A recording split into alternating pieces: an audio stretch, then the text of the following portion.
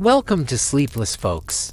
Here, we gently travel into the past so you can fall asleep calmly, thoughtfully, and with a sense of meaning. Before we begin, take a moment to subscribe and leave a like. By the end of this lecture, you will already be drifting into deep rest. Close your eyes. The story is about to begin. The history of humanity as we usually imagine it, with states, armies, written laws, monumental architecture, and organized religions, occupies only a tiny fragment of the vast timeline of human existence. Everything we call civilization is, in fact, a very recent chapter in a story that stretches back hundreds of thousands of years. The overwhelming majority of human life unfolded long before the first cities were built and long before the first words were written down. This immense span of time is known as prehistory, and it encompasses the most formative stages of our development, the Paleolithic, the Mesolithic, and the Neolithic eras. During these distant ages, humanity learned what it meant to survive, to cooperate, and eventually to shape the world. Stone tools were crafted by hand, fire was mastered, languages began to form, and early social bonds emerged. These were not primitive beginnings in a simple sense, but profound experiments in adaptation, creativity, and resilience. It was in this prehistoric world that the foundations of everything familiar to us today were laid. Hunting and gathering taught cooperation. Shared shelters encouraged social organization. Rituals, symbols, and early beliefs gave meaning to life and death.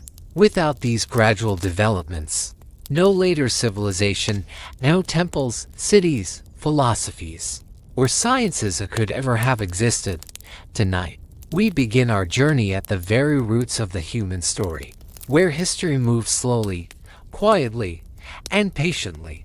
As you listen, allow your thoughts to soften and drift, just as humanity once drifted forward through time, step by step, toward the world we know today as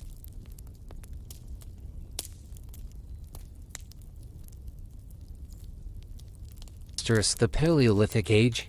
History and culture of the Paleolithic Age, also known as the Old Stone Age, spans an immense stretch of time from the appearance of the first members of the genus Homo around 2.5 million years ago to the end of the last ice age. Roughly in the 10th millennium BC. Homo sapiens, modern humans, emerged approximately 300,000 years ago in Africa. From there, they gradually spread across the Old World, first into Asia and later into Europe. For the vast majority of the Paleolithic era, human life unfolded in conditions closely tied to the natural and animal world. People lived as nomads. They hunted wild animals, gathered fruits, roots, and eggs, crafted tools from stone, bone, and wood, and sought shelter in caves or simple temporary dwellings. Survival depended entirely on an intimate knowledge of nature, its seasons, its dangers, and its rhythms. Yet even in these harsh conditions, human society slowly grew more complex. Paleolithic communities formed small social groups, cared for the sick and elderly, and developed cooperative hunting strategies. Archaeological evidence shows that they buried their dead, adorned their bodies with pigments and ornaments, and created ritual objects whose meanings still invite interpretation. Most strikingly, Paleolithic humans left behind some of the earliest expressions of symbolic thought and culture.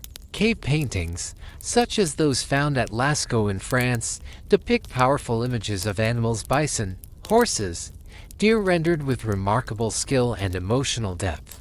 These works suggest not only artistic ability but also spiritual beliefs, rituals, and a deep connection to the natural world. Equally famous are the so-called Paleolithic Venus figurines, small sculptures of female forms with exaggerated features, often interpreted as symbols of fertility, abundance, or motherhood. They hint at early religious ideas and the importance of life, survival, and renewal.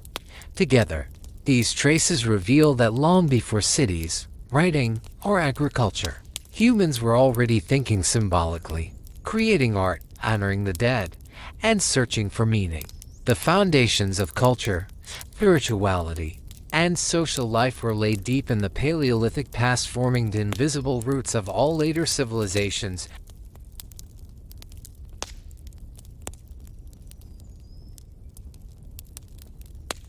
Mesolithic, a transitional era between roughly the 12th and 10th millennia BC, as the global climate began to warm and the massive of the Ice Age retreated. Humanity entered the Mesolithic, a transitional period between the Paleolithic and the Neolithic. This era was marked by profound environmental and social change. As temperatures rose, many large Ice Age mammals, such as mammoths and woolly rhinoceroses, gradually disappeared. In their place emerged new landscapes, forests, grasslands, wetlands, and river systems rich in fish and smaller game. Humans were forced to adapt their survival strategies to these changing conditions. During the Mesolithic, tools became smaller, more refined, and more specialized. Microliths, tiny stone blades, were crafted and inserted into wooden or bone shafts to create arrows, spears, and cutting tools. This technological innovation allowed for greater efficiency and versatility in hunting and daily tasks. Fishing became increasingly important, supported by the invention of nets, harpoons, and early boats or rafts. Another significant development of this period was the early domestication of animals. The dog appears to have been humanity's first companion, assisting in hunting, protection, and possibly herding. This partnership marked the beginning of a long and transformative relationship between humans and domesticated animals. The Mesolithic was not yet an age of full agriculture or permanent settlements, but it represented a crucial turning point. Humans were learning to exploit a wider range of resources, experimenting with new technologies, and slowly moving toward a more settled way of life. These adaptations set the stage for the next great transformation in human history, the Neolithic Revolution, when farming, villages, and the first complex societies would emerge. The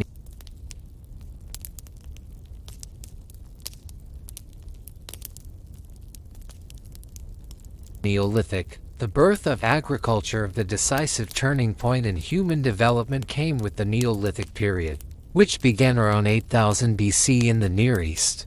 Within the region known as the Fertile Crescent, this area, stretching across parts of modern-day Israel, Palestine, Lebanon, Syria, Iraq, and southeastern Turkey, became the cradle of one of the most transformative shifts in human history. It was here that clear signs of sedentary life, agriculture, and animal husbandry first appeared.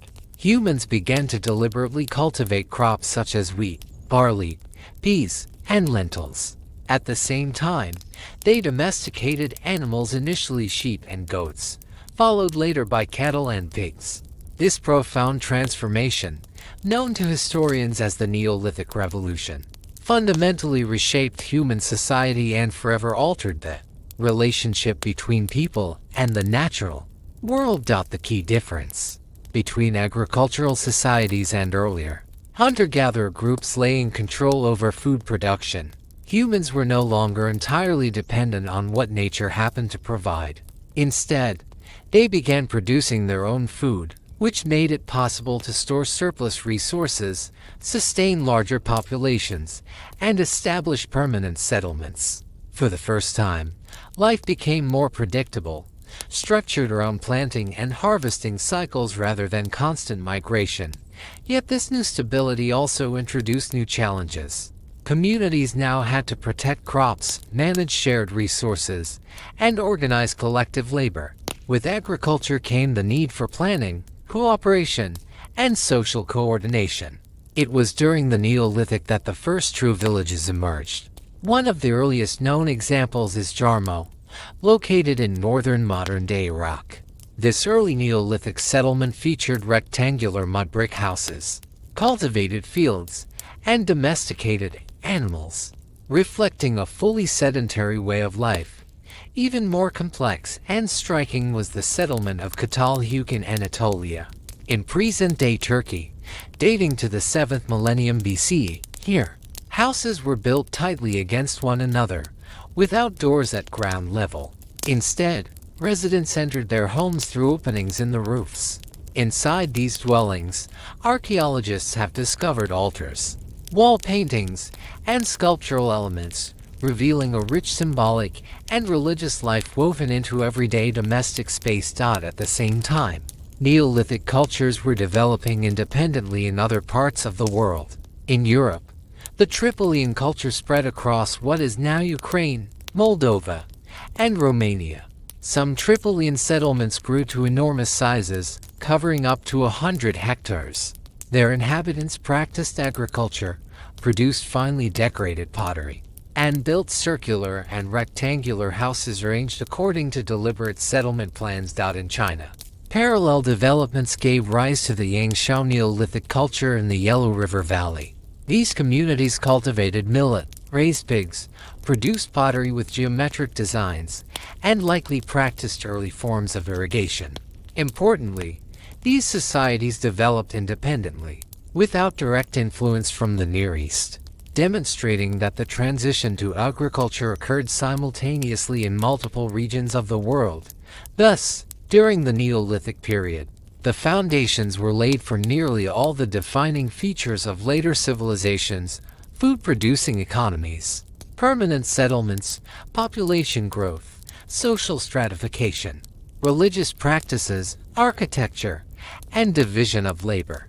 These societies were not yet states or empires, but they were no longer simple prehistoric tribes. They formed the essential groundwork from which the ancient world would eventually emerge.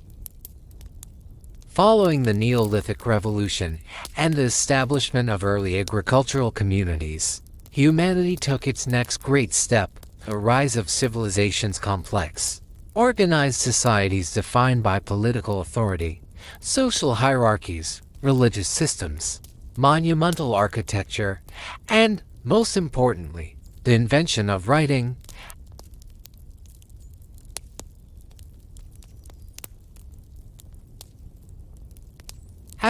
The Sumerians, the first civilization, the first true civilization in human history, emerged in southern Mesopotamia, in the fertile land between the Tigris and Euphrates rivers. Around the middle of the 4th millennium BC, this region, rich in water and alluvial soil, provided the conditions necessary for agriculture, population growth, and complex social organization. The Sumerians, a people of still unknown origin, were the first on Earth to create fully developed city-states. Among the most important of these were Uruk and Lagash, centers of political power, religious life, and economic activity. Each city functioned as an independent state, with its own ruler, temples, laws, and traditions. Uruk holds a particularly special place in history. It is widely regarded as the world's first true city. By the late 4th millennium BC, its population is estimated to have ranged from 20,000 to as many as 50,000 inhabitants, making it the largest urban settlement of its time. For the first time, humanity witnessed dense urban life on a scale never seen before. In Sumerian cities, monumental architecture began to dominate the landscape.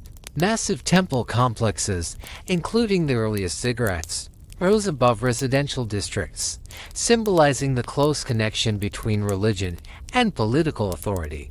The economy was based on agriculture supported by advanced irrigation systems, while trade networks extended far beyond Mesopotamia, linking the Sumerians to distant regions. Most importantly, the Sumerians laid the foundations of many key elements of civilization: writing, law, administration, and organized religion.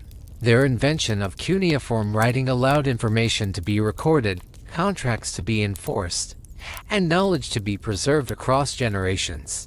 With the Sumerians, humanity crossed a decisive threshold from prehistoric communities into the age of recorded history.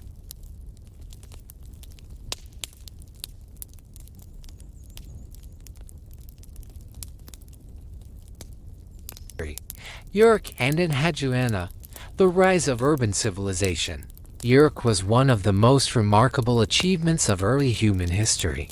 By the late 4th millennium BC, It had grown into a complex urban center with monumental temples, vast storage facilities, specialized craft workshops, open public squares, and administrative buildings.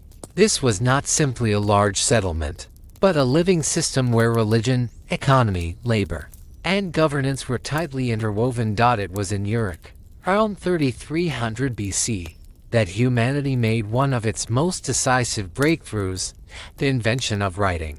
The earliest form of writing, known as cuneiform, began as a system of simple pictograms. These signs represented basic concepts such as livestock, grain, tools, and numerical quantities. Their primary purpose was practical rather than literary. They were used for economic administration, tracking grain deliveries, recording rations distributed to workers, managing temple inventories, and documenting taxes and obligations. Writing was born not from poetry, but from the need to manage an increasingly complex society. Over time, these pictograms evolved. The signs became more abstract, transforming into logograms and eventually into a mixed system that could represent sounds and syllables. Scribes pressed these signs into soft clay tablets using a reed stylus, which created the distinctive wedge-shaped marks that gave cuneiform its name. Once dried or fired, the tablets could last for centuries. With the emergence of writing, human memory was no longer limited to oral tradition. Information could now be preserved, transmitted across generations, and used to build continuity in law, religion, and governance. This marked a profound turning point in human history. Politically, Sumerian society was organized into independent city-states. Each city, Uruk, Lagash, and others had its own ruler, known as a Lugal, its own main temple, and its own patron deity. These cities functioned as sovereign entities, often competing with one another. They fought wars, formed alliances, negotiated treaties, and struggled for control over land, water, and trade routes. Power was never static, and political life was shaped by both cooperation and conflict. At the heart of each city stood the temple. It was far more than a religious structure. The temple was the central economic institution of the city-state. It owned vast tracts of land, managed herds of animals, employed large numbers of workers, and oversaw agricultural production. Temple administrators kept detailed records, collected offerings, redistributed food, and organized labor. Alongside this powerful religious economy, royal authority gradually expanded. Kingship became especially important during times of external threat, internal unrest, or military expansion, when centralized leadership was seen as essential for survival. One of the most fascinating figures connected to this world is Enheduanna, daughter of Sargon of Akkad. She lived during a period when Sumer had been incorporated into the Akkadian Empire, yet her significance transcends political boundaries. Enheduanna was appointed high priestess of the moon god Nana in the city of Ur, a position that combined religious authority with immense political influence. What makes Enheduanna truly extraordinary is her relationship with writing. She composed hymns and prayers that were explicitly signed with her own name. This makes her the earliest known author in human history whose identity we can clearly establish.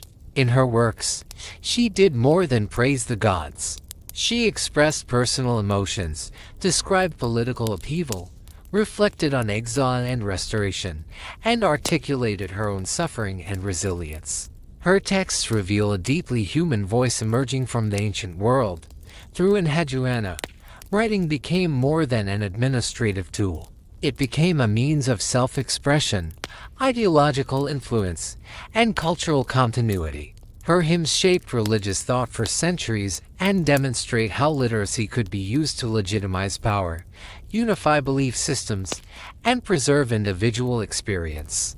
As such, her legacy stands at the crossroads of literature, politics, and religion, offering a rare and invaluable window into the inner life of the world's first civilizations.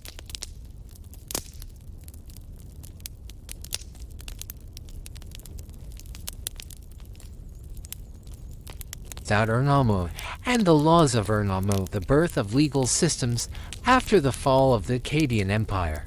Toward the end of the 3rd millennium BC, southern Mesopotamia experienced a brief but significant revival of Sumerian statehood. This renaissance reached its peak during the rule of the 3rd dynasty of Ur, around the 21st century BC. The most prominent ruler of this period was Ur-Nammu, a king whose reign marked a turning point in the history of law, governance, and monumental architecture. Ur-Nammu is best remembered as the author of one of the oldest known legal codes in human history. The laws of Ur-Nammu represent an early attempt to formalize justice, define social hierarchy, and regulate human behavior through written rules rather than arbitrary power or divine interpretation. Unlike later legal systems that relied heavily on harsh physical punishments, Ur-Nammu's laws often prescribed fines and compensation, reflecting a surprisingly pragmatic and structured vision of justice for their time. This legal code sheds light on how Sumerian society understood crime and responsibility. It distinguished between free citizens and slaves, outlined penalties for theft, violence, false accusations, and property damage, and emphasized order and accountability within the community. The very existence of such a code suggests a society that had reached a level of complexity where shared rules were essential for stability and coexistence. Beyond lawmaking, Ur-Nammu's reign was also characterized by ambitious construction projects. Temples across the region were restored, reinforcing the central role of religion in Sumerian life. Most famously, he oversaw the construction of the Great Ziggurat of Ur, a massive step temple dedicated to the moon god Nanna, rising above the city. The ziggurat served not only as a religious center but also as a powerful symbol of political authority, divine favor, and architectural mastery. Even today, its remains stand as one of the most iconic monuments of the ancient world. Over the course of roughly 1,000 years, from the mid-4th to the early 2nd millennium BC, Sumerian civilization laid down many of the foundational elements that would define all later complex societies. Writing, centralized political authority, codified law, monumental architecture, organized religion, and literary tradition all emerged during this period.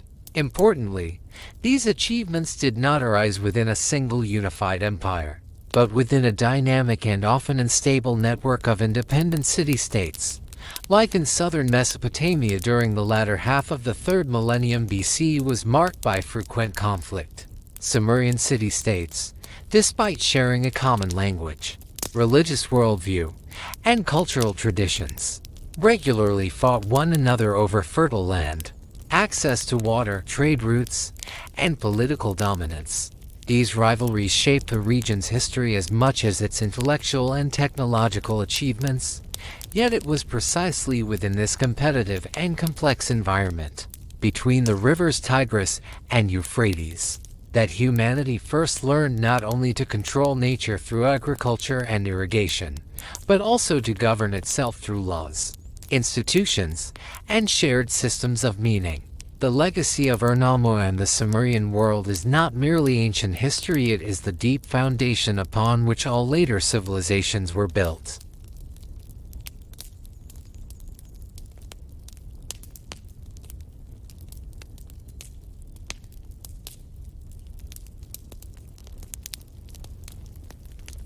Uruk and Enheduanna.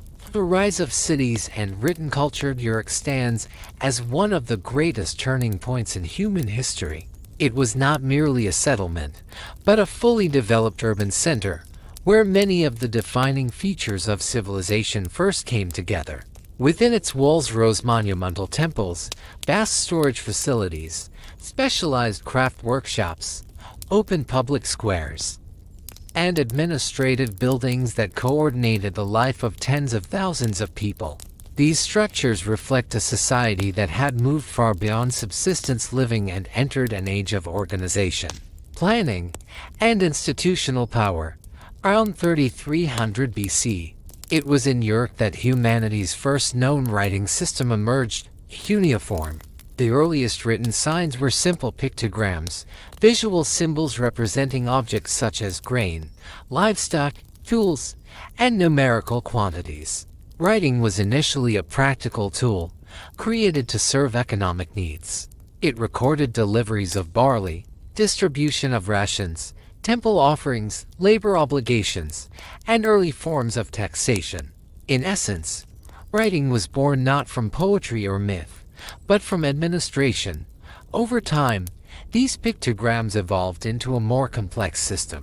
Symbols became standardized, abstracted, and gradually transformed into logograms and syllabic signs capable of expressing language itself. Scribes pressed wood-shaped marks into soft clay tablets using reed styluses, giving cuneiform its distinctive angular appearance. Once dried or fired, these tablets could preserve information for centuries. With writing, human memory was no longer limited to oral transmission. Knowledge, law, prayer, and history could now outlive generations. This development fundamentally reshaped society. Political power, religious authority, and economic control became intertwined with literacy. Scribes emerged as a specialized elite, and written records allowed rulers to govern more efficiently across time and space. Writing turned cities into lasting institutions rather than fragile human communities. Politically, Sumer was not a single unified state but a network of independent city-states. Each city possessed its own ruler, known as a Lugal, its own patron deity, and its own central temple complex. These cities frequently competed with one another, forming alliances, waging wars, and struggling for control over land, water, and trade routes. Conflict was constant, yet shared culture, language, and religious traditions connected them into a broader Sumerian world. At the heart of each city stood the temple, which functioned as far more than a religious center. It was the core of economic life. Temples owned vast tracts of land, herds of animals, workshops, and labor forces. They stored surplus grain, managed redistribution, recorded transactions, and organized large-scale projects. Alongside temple authority, royal power gradually expanded, especially during times of military threat or political instability. When centralized leadership became essential, one of the most remarkable figures to emerge from this world was Enheduanna, daughter of Sargon of Akkad. Although she lived during the period when Sumer had been incorporated into the Akkadian Empire, her role reveals the enduring cultural power of Sumerian traditions. Appointed as high priestess of the moon god Nanna in the city of Ur, Enheduanna occupied one of the most influential religious positions in the region. What makes Enheduanna extraordinary is not only her political and religious authority, but her voice. She composed hymns and prayers that were signed with her own name, making her the earliest known author in human history. Her writings go beyond ritual formulae. They express personal emotion, spiritual devotion, political conflict, exile, suffering, and restoration. Through her words, we glimpse a human consciousness speaking across 4,000 years. Enheduanna's works demonstrate how writing had evolved from a tool of accounting into a medium of personal expression and ideologica. All power, her hymns help legitimize imperial rule, unify religious traditions, and shape theological thought. At the same time, they reveal an individual grappling with faith, authority, and identity in a changing world. Together, Uruk and Enheduanna represent two interconnected revolutions, the rise of the city and the birth of authored thought. In their temples and tablets, humanity learned not only how to govern land and labor, but how to preserve memory, meaning, and the inner voice of the human mind.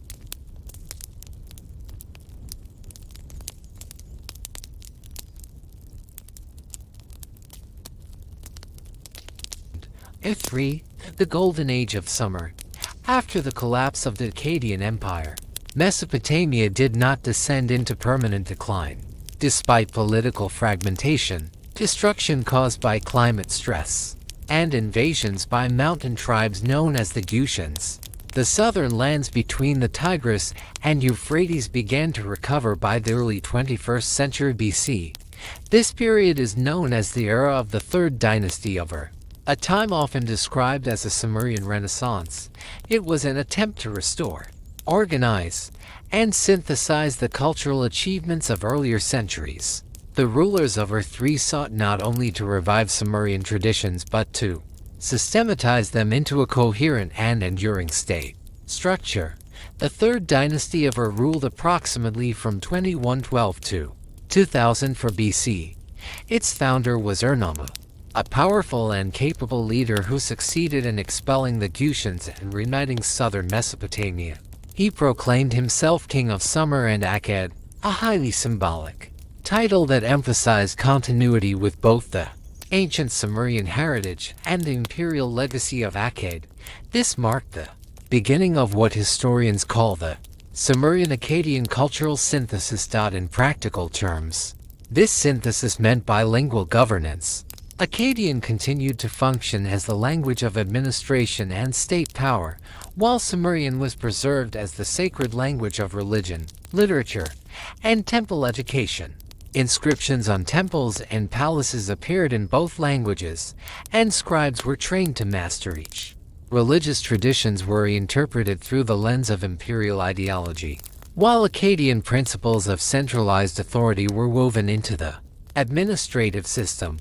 The reigns of Ur-Nammu and his successor Shulgi were marked by extensive construction projects and sweeping social reforms. Monumental ziggurats were built and expanded, including the famous ziggurat of Ur, dedicated to the moon god Nanna. This towering stepped structure served not only as a religious sanctuary but also as an administrative and symbolic center of royal authority, embodying the connection between heaven, earth, and kingship. One of Ur-Nammu's most enduring contributions was the creation of one of the earliest known legal codes in human history. The Code of Ur-Nammu predates the more famous Code of Hammurabi by nearly 3 centuries. It established penalties for crimes such as murder, theft, false accusation, and bodily harm, and included regulations governing marriage, property, and social obligations. A remarkable feature of these laws was their reliance on fixed fines rather than arbitrary punishment, reflecting an early concept of legal predictability and institutional justice. The economy of the Ur-3 state was highly centralized. Land was formally owned by the crown and the temples. Farmers worked plots in exchange for taxes paid in grain or labor. Temple and palace archives recorded every aspect of economic life with extraordinary precision. Clay tablets document ration distributions, work assignments, production quotas, and deliveries, revealing one of the most sophisticated bureaucratic systems of the ancient world. Major cities such as Ur, Larsa, and Eridu became centers of education and record-keeping. Scribe schools, libraries, and literary archives flourished. Shulgi, who ruled for nearly 40 years, left behind a remarkable body of texts, including hymns, royal inscriptions, autobiographical narratives, and ideological proclamations. He continued the process of centralization and went further by declaring himself divine, reinforcing royal authority through sacred status. Under Shulgi, older myths were revised and new cults were introduced. Literary cycles dedicated to deities such as Inanna and Dumuzi were expanded and standardized, shaping religious traditions for centuries to come. Yet despite these achievements, the state gradually weakened toward the end of the dynasty. Pressure from Western nomadic groups, particularly the Amorites, increased. The highly complex administrative system became overburdened and less effective. By the early 20th century BC, the power of Ur had significantly declined. Around 2004 BC, the city fell to external forces, marking the end of the Third Dynasty. With it, Sumerian civilization in its classical political form came to a close. Nevertheless, the historical significance of Ur-3 cannot be overstated. During this period, Sumerian culture was collected, codified, and preserved in an unprecedented way. Administrative models, Legal principles, architectural forms, and literary traditions developed under Ur-Nammu and Chaldee became the foundation upon which later Babylonian, Assyrian, and Hittite civilizations were built. Although Sumer as a political entity disappeared, its intellectual and cultural legacy endured. The achievements of Ur-3 ensured that the ideas born in the earliest cities of Mesopotamia would shape the entire ancient Near East for centuries to come.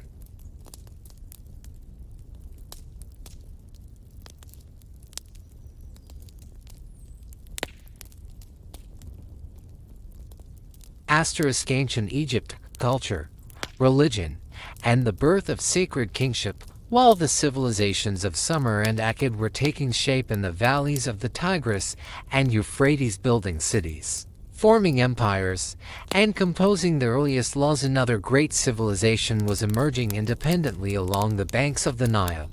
This was ancient Egypt, a society no less powerful, and ultimately far more enduring. Mesopotamia and Egypt developed along parallel paths. Trade routes connected them, yet each civilization evolved largely on its own terms, shaped by a distinct landscape, climate, and worldview. When we think of ancient Egypt today, images of pyramids, golden tombs, hieroglyphs, and divine pharaohs come immediately to mind. Yet these iconic features did not appear all at once. Long before the pyramids of Giza rose above the desert, Egypt consisted of small, independent communities scattered along the Nile River. This river was the lifeblood of Egyptian civilization. Without it, Egypt could not have existed. Each year, the Nile flooded its banks, depositing a layer of rich, fertile silt across the fields. This natural cycle made agriculture possible, but it also required careful coordination and collective effort, managing irrigation, planting crops, and storing grain encouraged cooperation among villages. Over time, these communities organized themselves into larger administrative units known as nomes. Gradually, two major centers of power emerged. In the south, Upper Egypt developed her own cities such as Nicaea, later known to the Greeks as Hierakonpolis. In the north, Lower Egypt formed her own centers like Buto and later, Memphis. The unification of these two regions, Upper and Lower Egypt, marked a decisive turning point in Egyptian history. According to traditional chronology, this unification occurred around the late 4th millennium BC. Egyptian historical tradition remembers this moment as the beginning of the dynastic age, associated with the first pharaoh, known as Narmer and later remembered as Menes. The famous Narmer palette, discovered at Hierakonpolis, depicts this act of unification. It shows the ruler wearing the white crown of Upper Egypt on one side and the red crown of Lower Egypt on the other. Together, these crowns became enduring symbols of Egyptian kingship and political unity. Political unification was accompanied by the creation of a centralized administrative system. Egypt became a state in which power was concentrated in the hands of the pharaoh, literally the Great House. The pharaoh was not viewed merely as a king, but as a living god on earth, the earthly embodiment of divine order. At the heart of Egyptian thought stood the concept of Ma'at, cosmic balance, truth, justice, and harmony. Maintaining that was the sacred duty of the pharaoh. Law, religion, governance, and even daily life were understood as expressions of this universal balance. Chaos, disorder, and injustice were seen as threats not only to society, but to the cosmos itself. With the consolidation of royal power, Egyptian civilization entered a new phase. If the early dynastic period was an age of foundation establishing symbols, institutions, and sacred authority, the era that followed marked Egypt's full emergence as a centralized and monumental state. This new stage, known as the Old Kingdom, transformed Egypt into a highly organized civilization with a powerful bureaucracy, a sophisticated ideology of kingship, and architectural ambitions unlike anything the world had seen before. It was during this period that the foundations were laid for Egypt's most enduring monuments and religious traditions. The Old Kingdom spans roughly from the late 3rd millennium to the early 2nd millennium BC. During this time, Egypt perfected the fusion of religion, politics, and art, creating a civilization whose symbols and beliefs would echo across millennia and shape humanity's understanding of power, eternity, and the divine.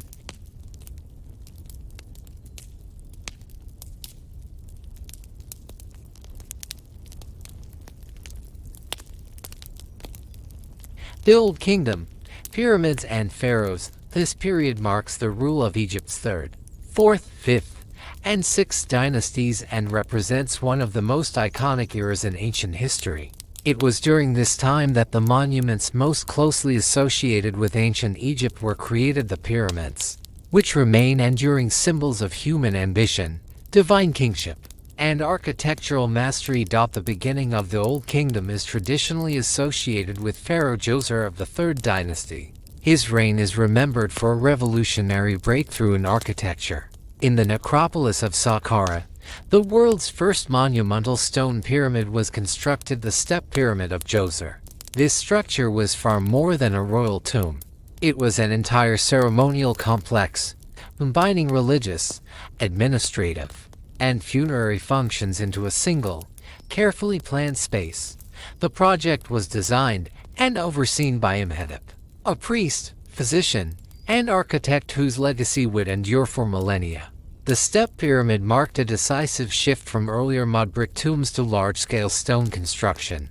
Rising toward the sky, it symbolized the pharaoh's ascent to the realm of the gods and served as a public declaration of his divine authority. With the rise of the Fourth Dynasty, Egypt entered its architectural golden age. Pharaoh Snefru, the founder of the dynasty, undertook an ambitious series of pyramid-building experiments. He constructed multiple pyramids, refining their form and structural stability. These efforts culminated in the development of the true smooth-sided pyramid, setting the standard for future royal tombs. Snefru's son, Khufu, known in Greek tradition as Cheops, commissioned the Great Pyramid of Giza. This colossal structure remains the largest stone building ever erected by human hands. Constructed without iron tools, wheeled transport, or modern machinery, it stands as a testament to the organizational power, mathematical precision, and logistical sophistication of Old Kingdom Egypt. Khufu was followed by his successors Khafre and Menkaure, under whom the Giza pyramid complex reached its final form. During Khafre's reign, the Great Sphinx was likely carved, a massive statue with the body of a lion and the face of a pharaoh, positioned as a guardian of the necropolis.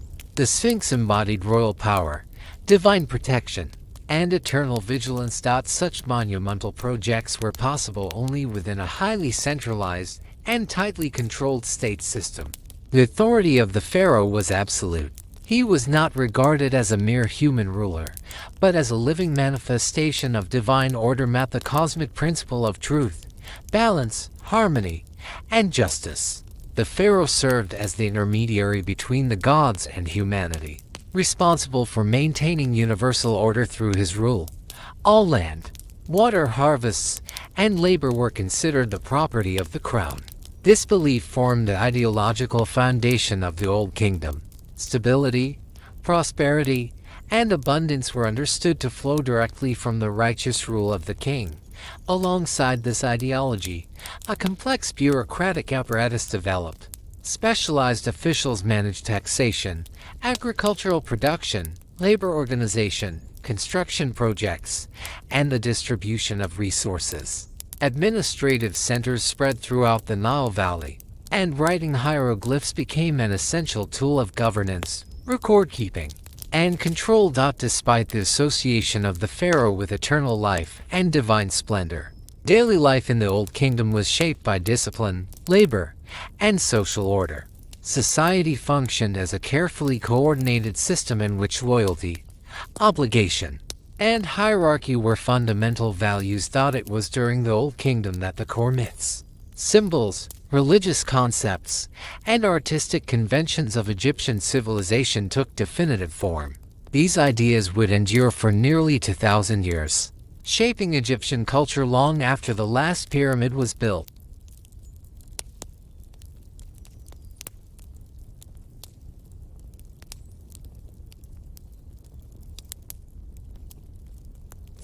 The first intermediate period, political change and fragmentation, by the end of the Old Kingdom, around the 23rd to 22nd centuries BC, the once powerful centralized authority of Egypt began to weaken.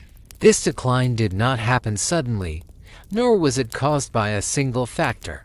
Instead, it emerged from a complex combination of internal dynastic struggles, economic strain, possible periods of drought and poor harvests, and the growing power of local elites known as nomarchs. These provincial governors, who originally served as administrators appointed by the crown, gradually accumulated their own wealth, influence, and military resources. Over time, many of them began to act independently of the pharaoh, ruling their regions almost as autonomous leaders. As their authority grew, the traditional image of the pharaoh as an absolute and divine ruler started to lose its unquestioned status. This era marks the beginning of what historians call the first intermediate period, a time often described as one of instability, political fragmentation, and profound transformation. Egypt fractured into several competing centers of power. The most significant among them were Heracleopolis in Lower Egypt and Thebes in Upper Egypt, each claiming legitimacy and struggling for dominance over the Nile Valley. Despite its reputation as an age of decline, the first intermediate period was not a cultural collapse. Archaeological evidence reveals continued construction in provincial centers, the development of local artistic styles, and a wider spread of literacy beyond the royal court. Writing and monumental expression, once tightly controlled by the central state, became more accessible at the regional level. This was a time of experimentation and adaptation, when local identities grew stronger and new social dynamics emerged. Although political unity was lost, Egyptian culture itself did not disappear. Instead, it evolved, laying the groundwork for renewal. From this period of division would eventually rise a reunified Egypt, transformed by the lessons of fragmentation and prepared for a new era of centralized power in the Middle Kingdom.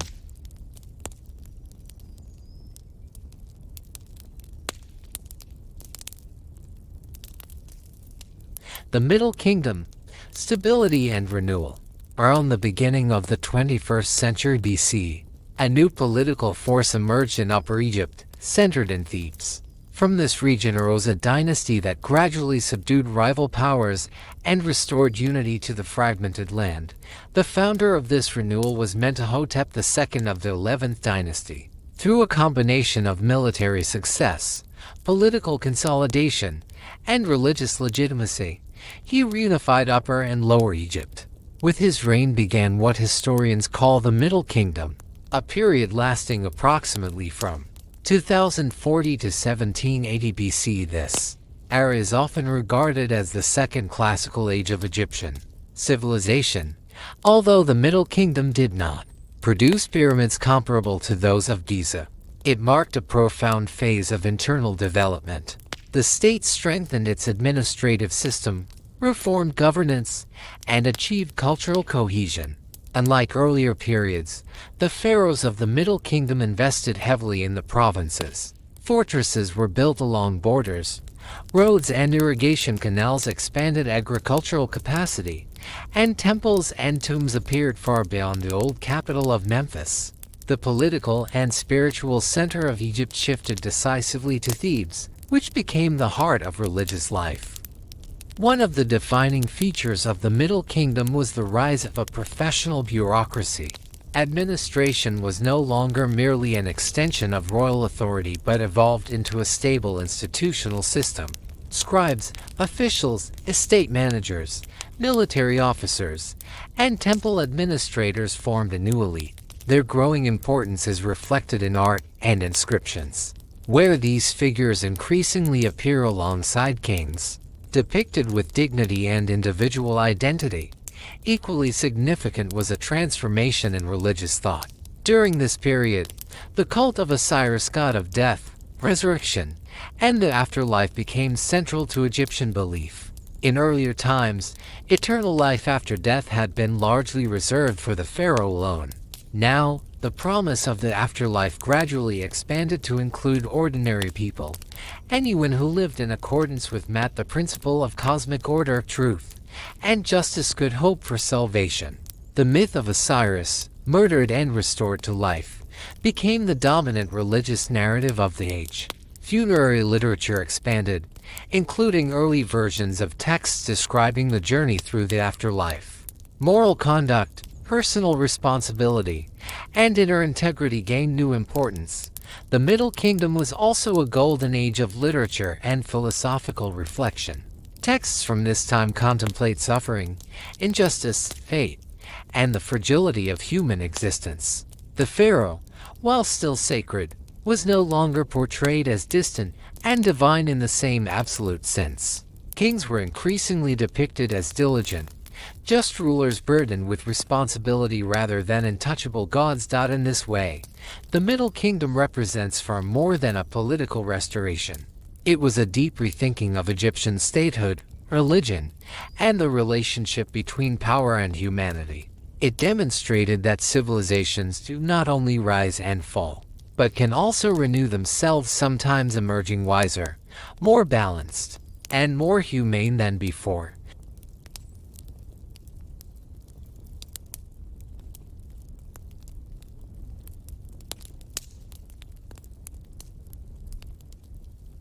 The Harappan civilization, the culture of the Indus Valley, while a new political and religious order was taking shape along the Nile during Egypt's Middle Kingdom.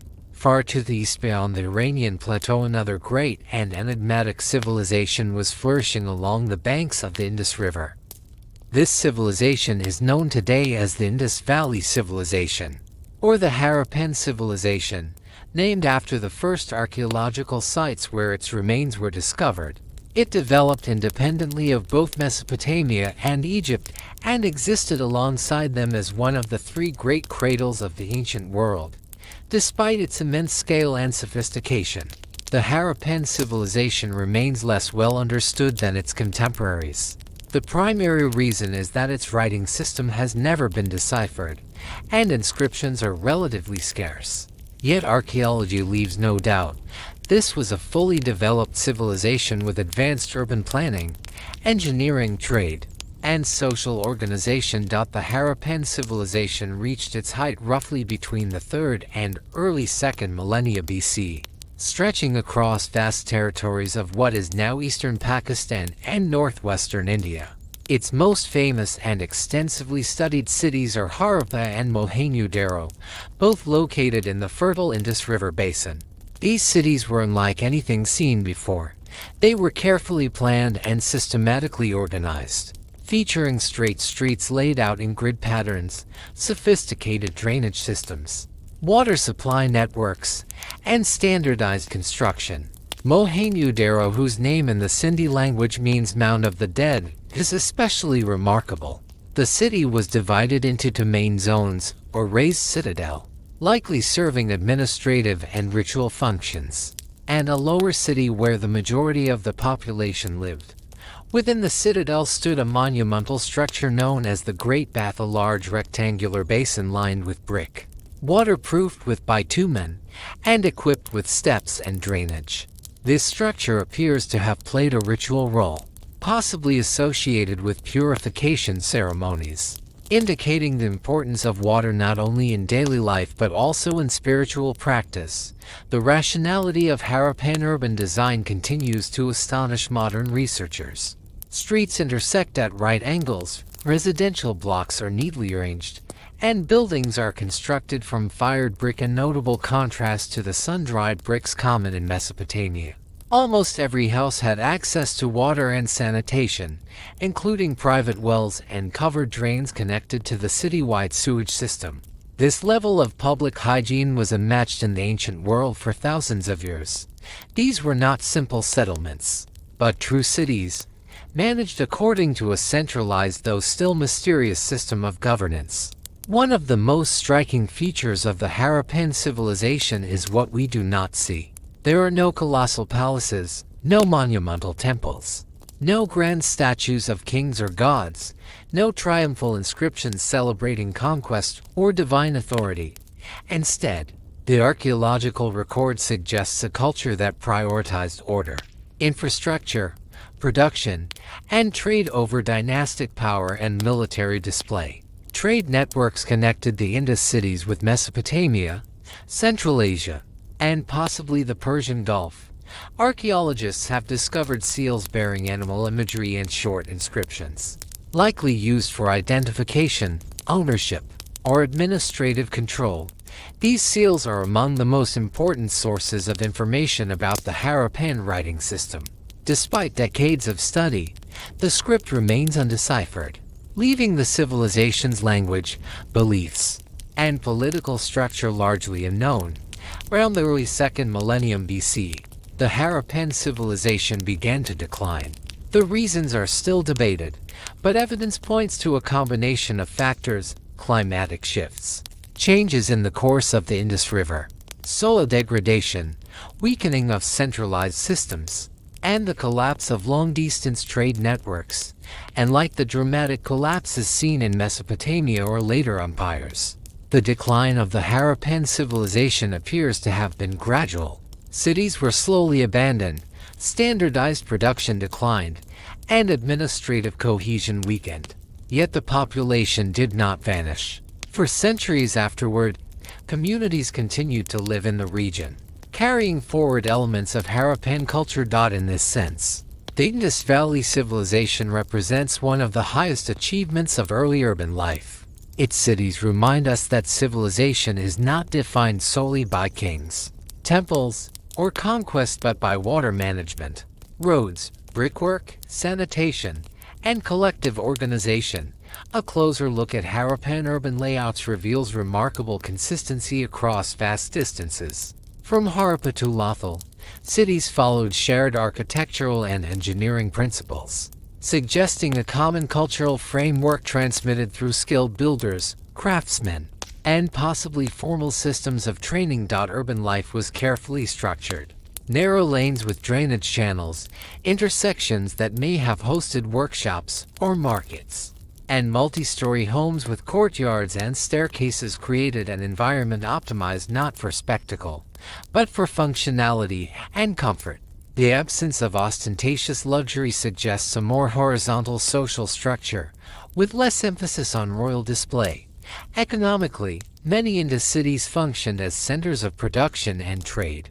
Sites like Lothal appear to have been major ports. Archaeologists there uncovered a rectangular basin connected to river channels, interpreted as a dock, evidence of advanced maritime logistics accounting for tides, seasons, and navigation. Standardized weights and measures made of stone indicate a highly regulated economy. Seals may have served as commercial identifiers, access markers, or early forms of branding. When decline set in, it manifested not through sudden destruction, but through subtle changes. Pottery became simpler, standardized bricks disappeared, urban planning lost precision, and writing faded from the archaeological record. It was not a catastrophe, but the slow dissolution of a system that had once tightly connected cities, technologies, and people. As trade links with Mesopotamia faded, imported goods disappeared, revealing how dependent the Harappan model may have been on long-distance exchange. In the end, the decline of the Indus Valley civilization appears less like a tragedy and more like the natural conclusion of a particular social experiment, one built not on domination or divine kingship, but on coordination, infrastructure, and everyday stability. Though its script remains silent, the civilization continues to speak through its streets, wells, bricks, and urban proportions, through the quiet evidence of a society that once brought thousands of people together into a remarkably ordered and humane way of life.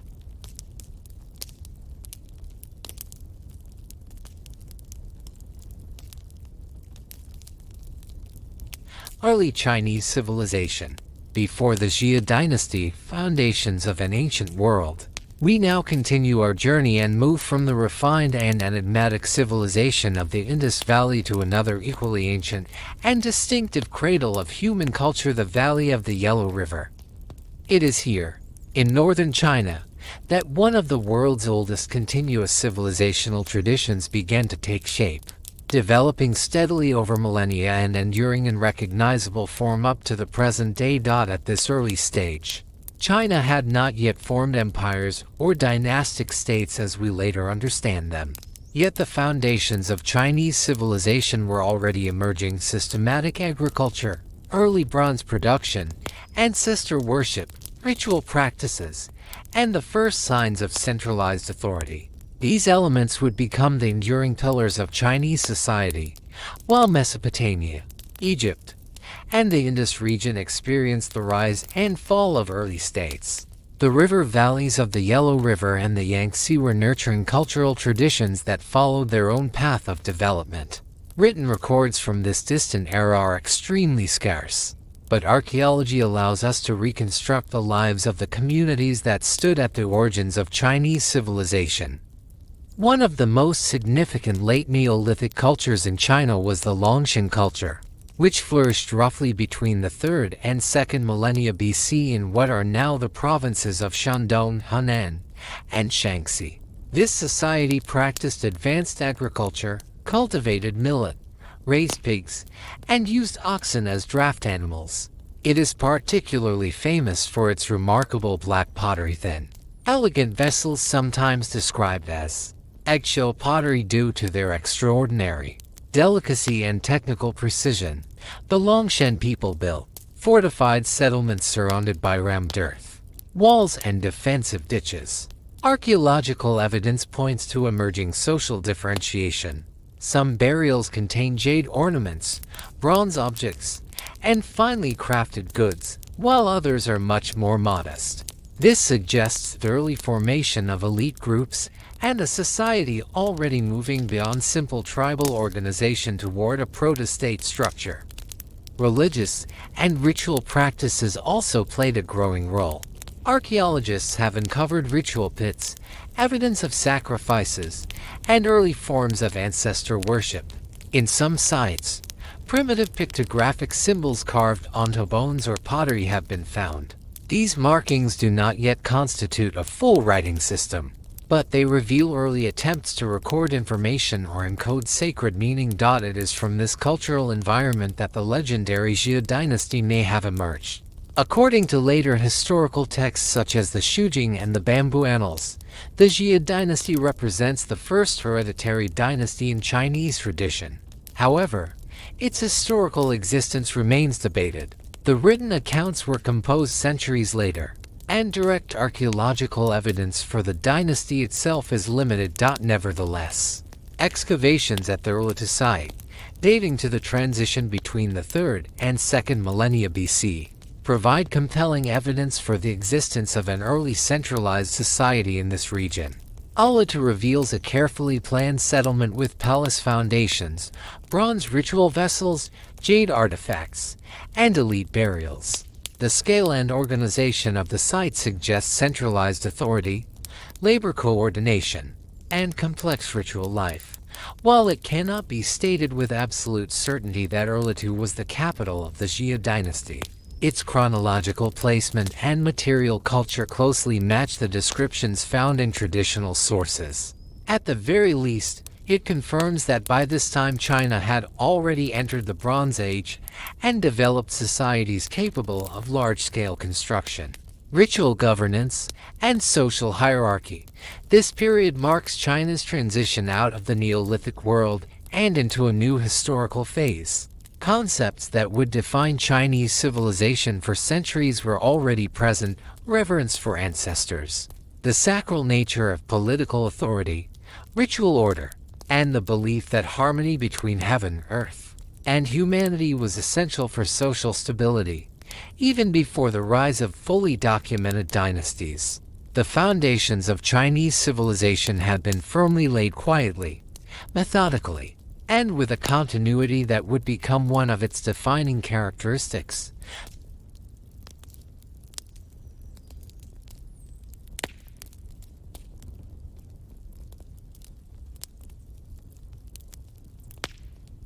The Shang dynasty, rise of bronze civilization. We now move to the next major stage in the history of ancient China, the Shang dynasty. Unlike earlier periods that are known mainly through legend and later historical tradition, the Shang dynasty is firmly grounded in archaeology. From this point onward, China stands on solid historical foundations. We possess written records, material artifacts, architectural remains, and clear evidence of a complex and centralized state system, following the late Neolithic cultures of Longshan and Ur-Nammu, which already displayed early forms of social hierarchy and centralized control. Chinese civilization entered a new and decisive phase. Around the 15th century BC, in the region of present-day Henan province, the first fully documented state in Chinese history emerged. This was the Shang dynasty, also known as the Yin dynasty, named after its last capital. The Shang state was no longer a proto-state or loosely organized society. It was a fully developed Bronze Age civilization with established institutions of power, a standing military, an early hieroglyphic writing system, and a rich ritual culture. One of the most remarkable achievements of the Shang era was the extraordinary level of bronze metallurgy. Shang artisans produced not only ritual vessels of great artistic complexity but also weapons such as axes, spears, daggers, and arrowheads. The scale and sophistication of bronze production revealed the importance of warfare and the centralized mobilization of resources. Bronze casting required a highly organized system, from the mining of ores to the transportation of materials and the coordination of large groups of skilled craftsmen. Shang metalworkers used sectional clay molds, a technique that allowed them to create vessels and weapons with intricate decorations, inscriptions, and symbolic images of animals, mythical beings, and ancestral figures. Many of these bronze objects were not merely practical tools but sacred items used in ritual contexts. They played a central role in ceremonies honoring ancestors and communicating with the spirit world. Yet the most significant legacy of the Shang dynasty is not bronze itself, but the oracle bones, the earliest known written sources in Chinese history.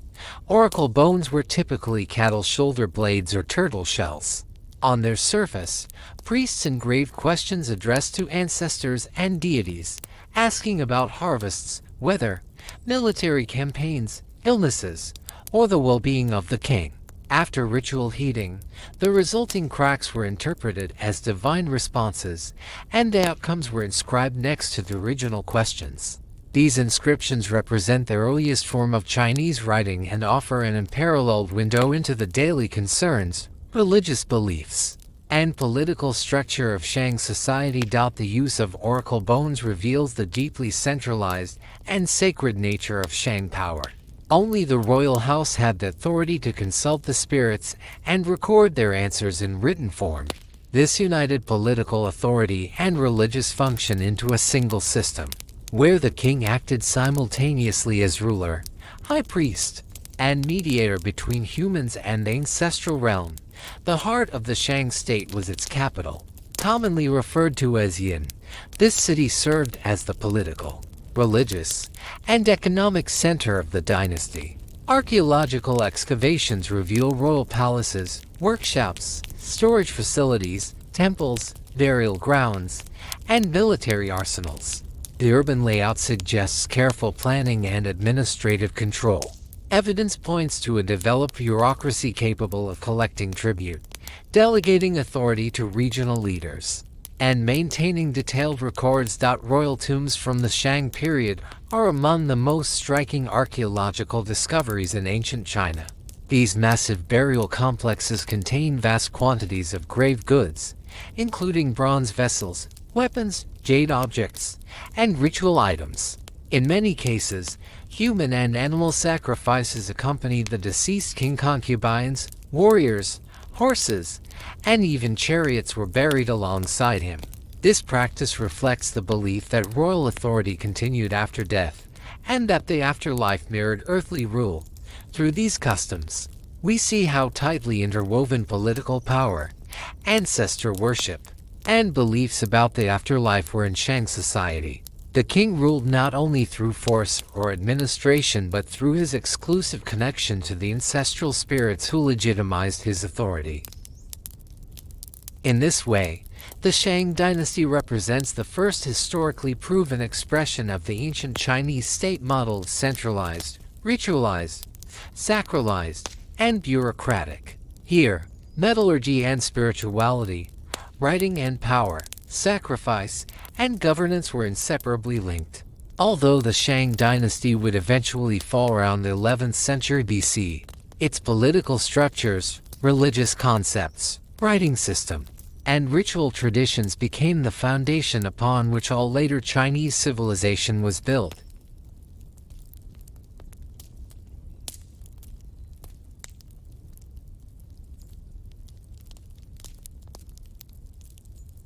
Hammurabi and the Babylonian Empire, law and governance. At this point in our journey, the first civilizations have already taken shape, and we enter the era of the Bronze Age, an extraordinary period that lasted roughly from 2000 to 1200 BC. This was a time when the peoples of the ancient Near East began to interact intensively with one another, establishing long-distance contacts, diplomatic relations, and trade networks, and laying the foundations of the first true empires. One of the most significant centers of this age was Babylon, a great city rising in the fertile land between the Tigris and Euphrates rivers in Mesopotamia. The very name Babylon comes from the ancient Akkadian phrase meaning Gate of the Gods, a title that already hints at the city's sacred and symbolic importance. In its prime, Babylon was a vast and bustling metropolis, encircled by massive defensive walls. Within them stood temples and palaces, irrigated gardens, workshops, and lively markets filled with merchants from distant lands. Around the 18th century BC, Babylon's destiny became inseparably linked with one remarkable ruler, Hammurabi.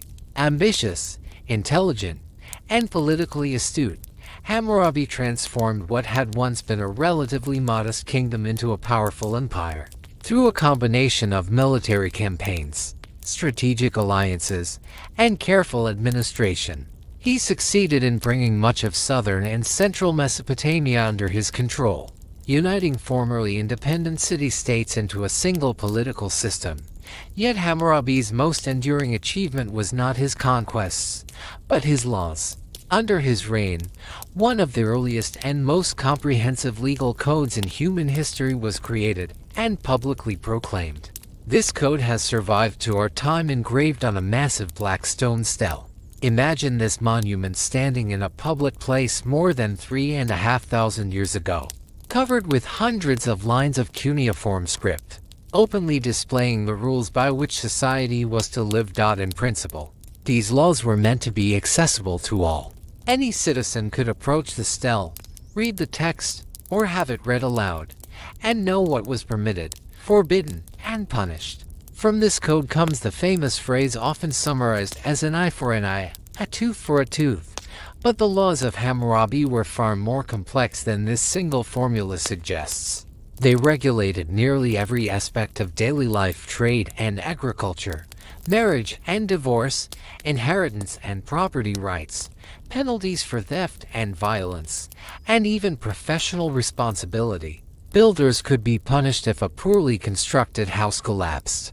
Doctors were held accountable for failed operations, and special provisions existed to protect widows, orphans, and the vulnerable. By modern standards, many of these laws seem harsh and unequal, especially since punishments varied depending on social status. Yet in their historical context, they represented a major step toward order and justice. The code limited arbitrary violence and personal revenge, replacing them with a centralized system of rules enforced by the state. It expressed the idea that law was not merely the will of the powerful, but a fixed structure meant to preserve stability in a complex society. Under Hammurabi, Babylon also became a major hub of international politics and commerce. Traders passed through the city bringing metals, textiles, precious stones, and luxury goods. Diplomatic envoys traveled between kingdoms, negotiating alliances, marriages, and treaties. From this era come some of the earliest examples of formal diplomatic correspondence, written on clay tablets, which reveal a surprisingly sophisticated world of negotiation, rivalry, and cooperation between ancient states. The Bronze Age was a time when once isolated civilizations began to merge into a shared historical space, exchanging technologies, ideas, religious concepts, and systems of governance. Babylon, under the rule of Hammurabi, stood at the heart of this transformation. Its laws, administrative practices, and vision of centralized authority would influence Mesopotamian societies for centuries to come. In this sense, Hammurabi and Babylon mark the beginning of a long and remarkable path: the emergence of law, empire, and international order as enduring features of human civilization.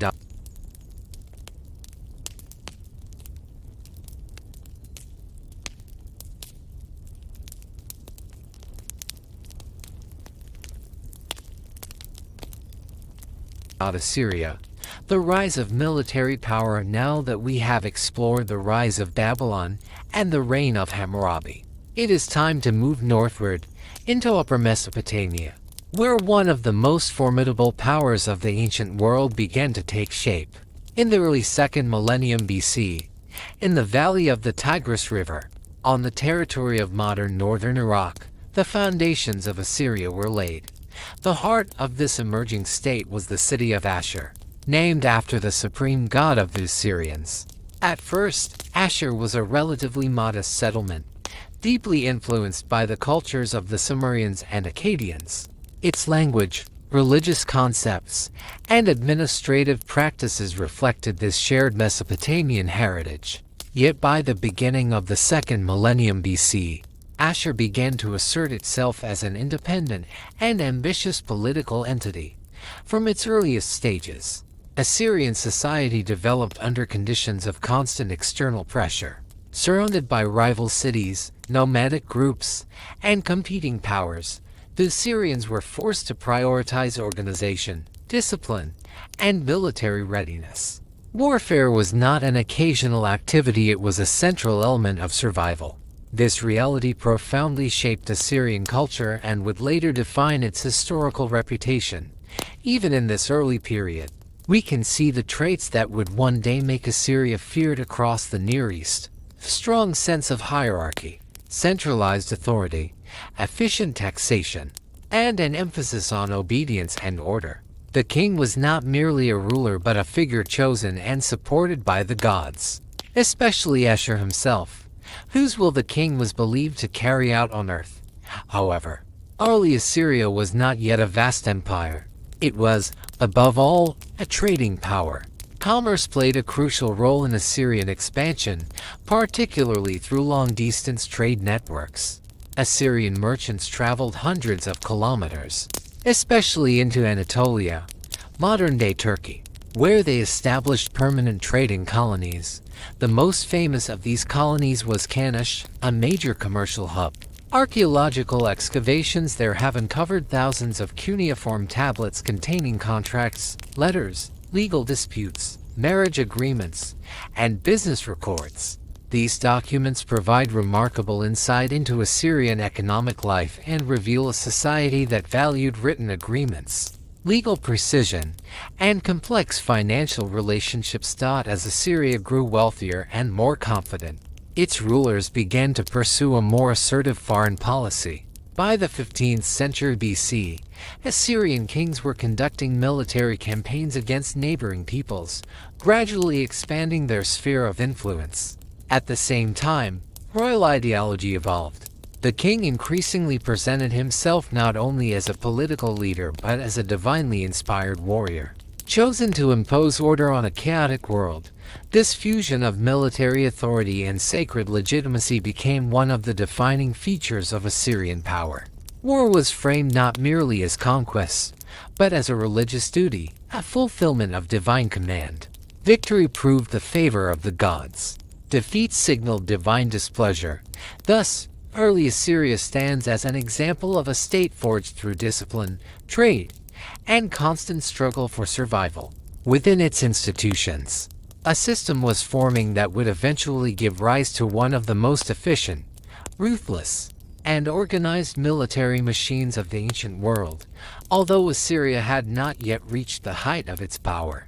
This formative period laid the groundwork for everything that followed.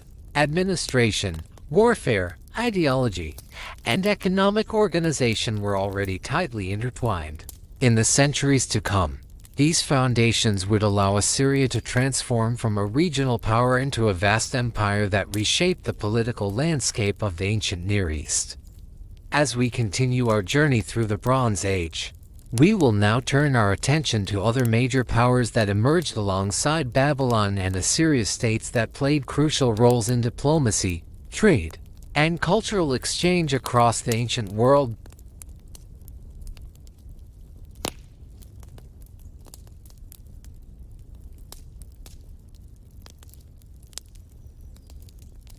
Mitanni, a power between empires, among the great states that shaped the political landscape of the Bronze Age Near East. The kingdom of Mitanni occupies a unique and often overlooked position.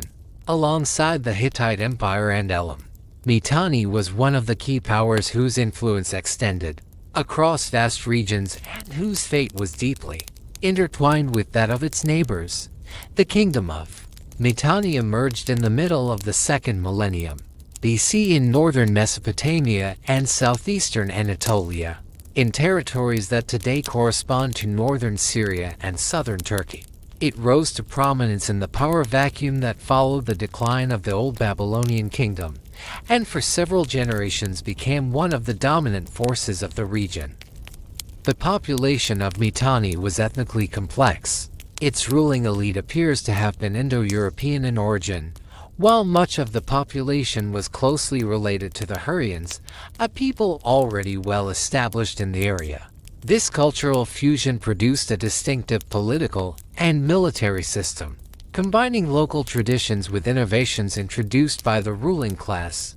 Mitanni was particularly renowned for its military strength, especially its mastery of chariot warfare. The Mitannian light chariots, typically crewed by a driver and an archer, represented a major advancement in battlefield tactics. Fast, maneuverable, and deadly, these chariots gave Mitanni a decisive edge in open combat and made it a formidable rival to both Egypt and the Hittite Empire in the struggle for control over Syria and the Levant.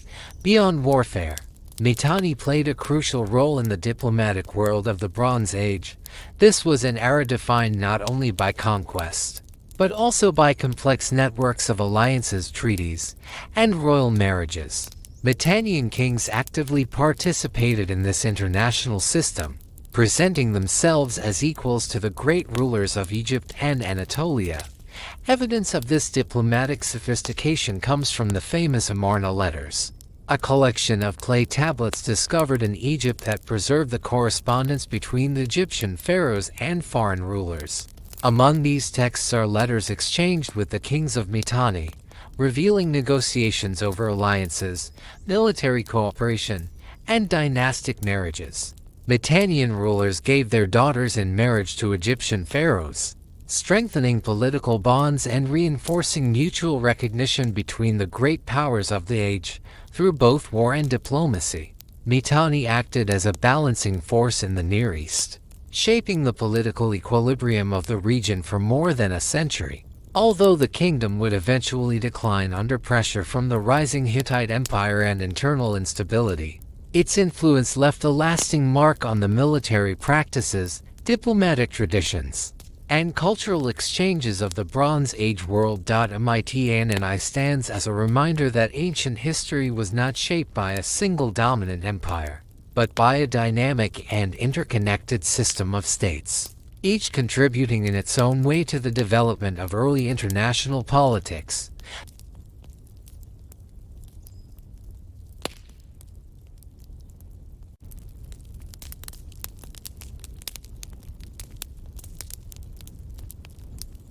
The Hittite Kingdom, War and Diplomacy. The Hittite Kingdom emerged in central Anatolia, on the territory of modern-day Turkey, at the beginning of the 2nd millennium BC. From its earliest stages, it developed into one of the most influential powers of the ancient Near East. Combining military strength with sophisticated diplomacy, the Hittites are often remembered as the first civilization to systematize the use of iron, although this innovation would fully transform warfare only later. During the Iron Age, even within the Bronze Age, the Hittites were renowned for their advanced metallurgy, especially their production of high-quality bronze weapons and armor. Their army was well organized, disciplined, and supported by a strong administrative system that allowed for effective mobilization of resources and manpower. The capital of the Hittite state was Hattusa, a massive fortified city surrounded by powerful stone walls and monumental gates. Within its defenses stood royal palaces, temples, archives, and administrative buildings. Excavations at Hattusa have revealed thousands of cuneiform tablets, showing that the Hittites maintained an extensive bureaucratic and legal tradition, borrowing elements from Mesopotamian culture while developing their own political identity. Hittite foreign policy was especially active during the period known as the New Hittite Empire. At this time, the kingdom expanded its influence across Anatolia and deep into Syria, coming into direct conflict with Egypt over control of key trade routes and the strategically vital Syro-Palestinian region. This rivalry culminated in one of the most famous military encounters of the ancient world, the Battle of Kadesh, fought between the Hittite king Muwatallitu and the Egyptian pharaoh Ramesses II. The battle did not produce a decisive military victory for either side. However, its historical significance lies in what followed. Rather than continuing endless warfare, the two powers negotiated and concluded the earliest known international peace treaty in human history.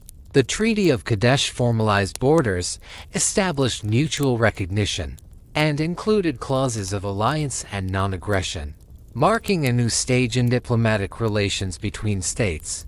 East of the Hittite realm, on the territory of modern southwestern Iran, lay the ancient state of Elam, and like the Hittites or Mitanni, Elam had extremely deep roots, reaching back into the 3rd millennium BC. Throughout its long history, Elam maintained close and often turbulent relations with Sumerians, Akkadians, and Babylonians. During the Bronze Age, Elam experienced alternating periods of strength and decline, yet it consistently remained a major political and cultural force. Its capital, Susa, was one of the oldest urban centers in the world and served as a hub of administration, religion, and trade. Elamite culture developed its own architectural traditions, writing systems, and religious practices, distinct from but deeply connected to those of Mesopotamia. Politically, Elam was an active and sometimes aggressive player. At various times, Elamite armies invaded Mesopotamia, and on one notable occasion they captured Babylon itself, carrying off the famous stele bearing the laws of Hammurabi. At the same time, Elamite rulers were skilled diplomats, navigating alliances, rivalries, and shifting balances of power across the region. Although Elam never became an empire in the classical sense, its influence on regional politics was profound and long-lasting. Alongside Mitanni and the Hittite kingdom, Elam exemplifies the diversity, complexity, and constant tension of the Bronze Age Near East. Together, these states formed a dynamic international system defined by warfare, diplomacy, trade, and cultural exchange. Their interactions laid the groundwork for the transformations that would follow, ultimately leading humanity into a new historical era, the Iron Age.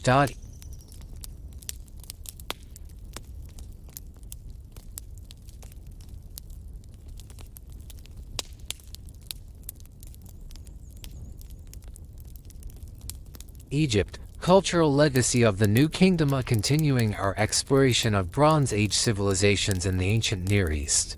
After examining the powerful states of Mesopotamia, Anatolia, and Iran, we now turn to one of the most brilliant and influential cultures of the era, Ancient Egypt during the period known as the New Kingdom.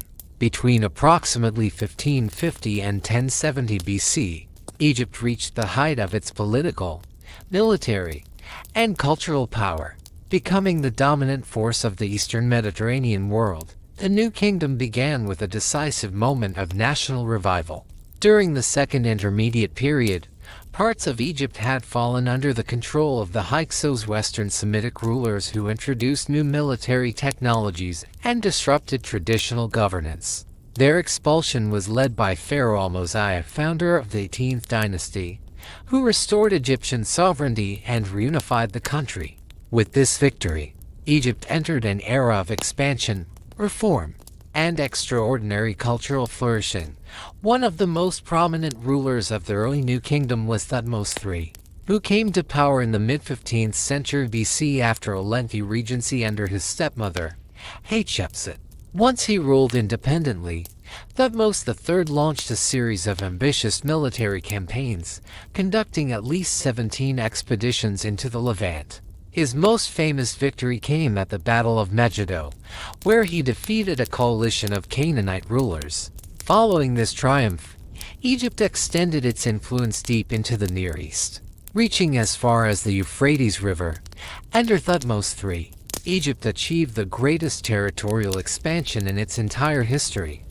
A dramatic and unusual chapter of the New Kingdom unfolded under Pharaoh Akhenaten, formerly known as Amenhotep IV, who ruled in the mid-14th century BC. Akhenaten is remembered as a radical religious reformer who attempted to replace Egypt's traditional polytheistic system with the exclusive worship of the solar deity Aten. He moved the capital from Thebes to a newly founded city, Akhetaten, known today as Amarna, and sharply reduced the power of the priesthood of Amun.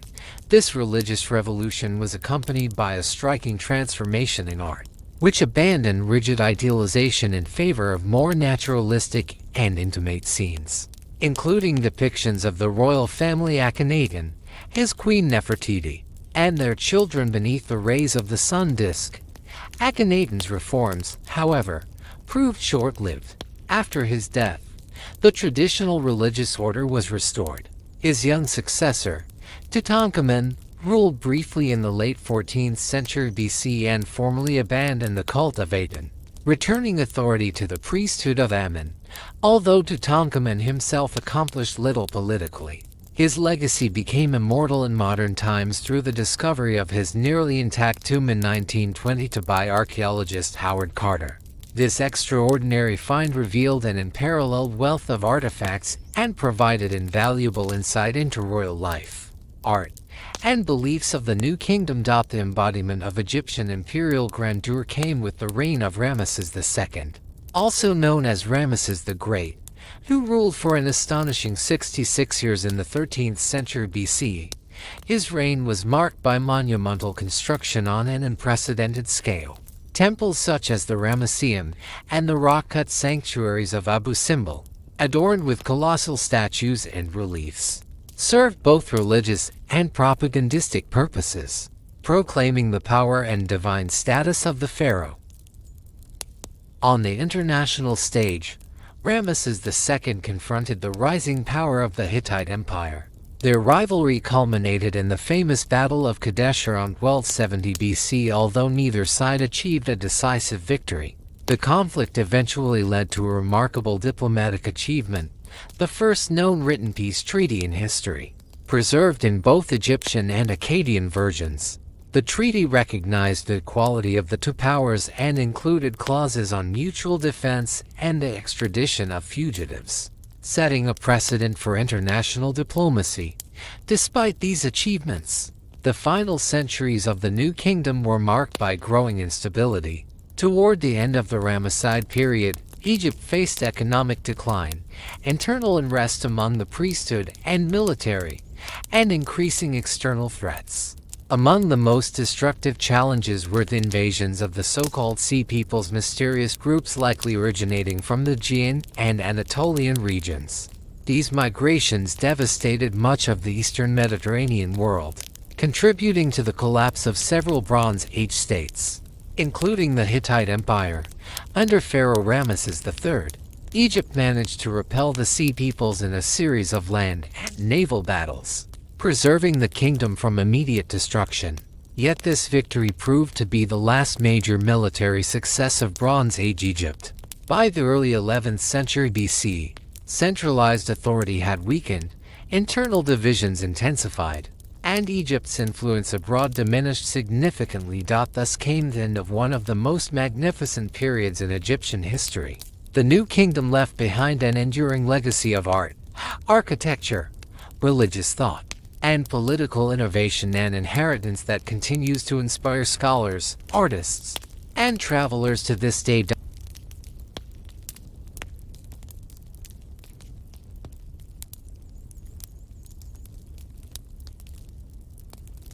The Aegean world of the Bronze Age, trade and culture having at our exploration of Egypt's new kingdom, its rise, splendor, and eventual decline, we now turn our attention to another crucial region of the Bronze Age world, the Aegean.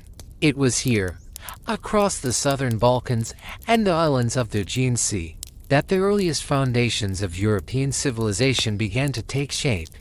Between roughly the 16th and 12th centuries BC, two major cultures flourished in this region: the Minoan civilization of Crete and the Mycenaean civilization of mainland Greece.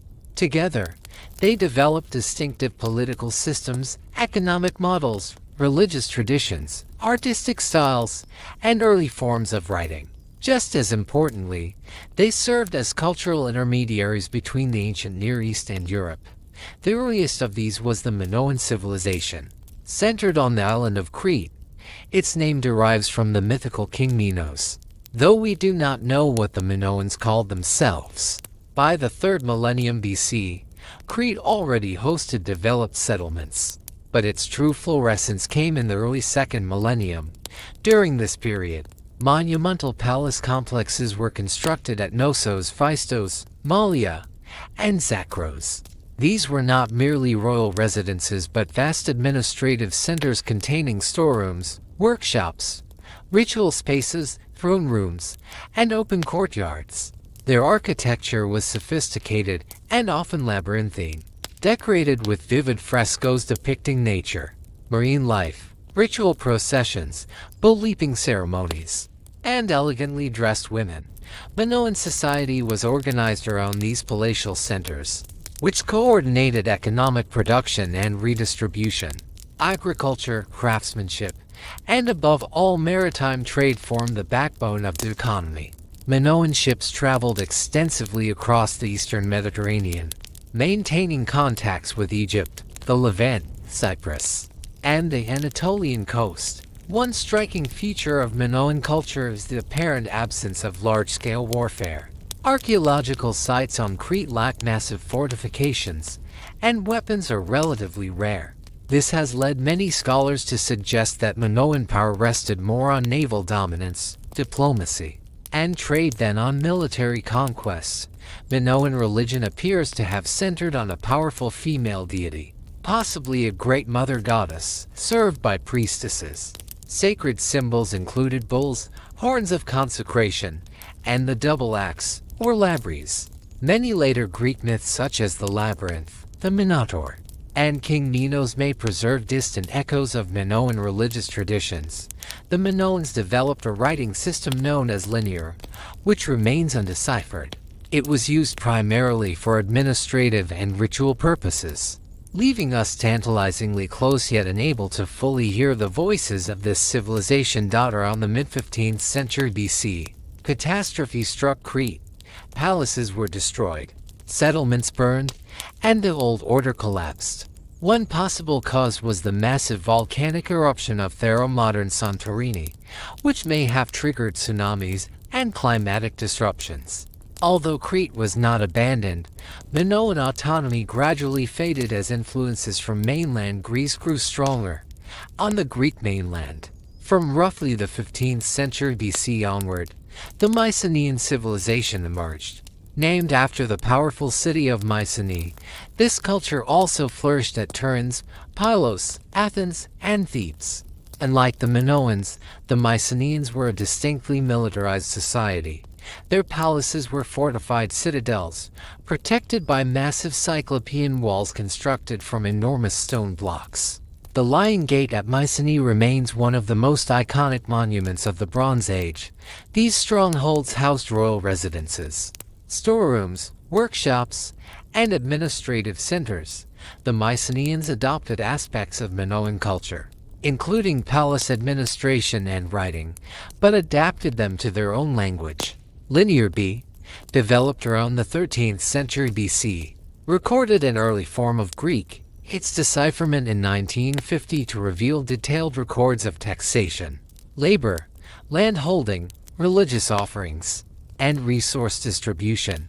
Mycenaean society was highly hierarchical.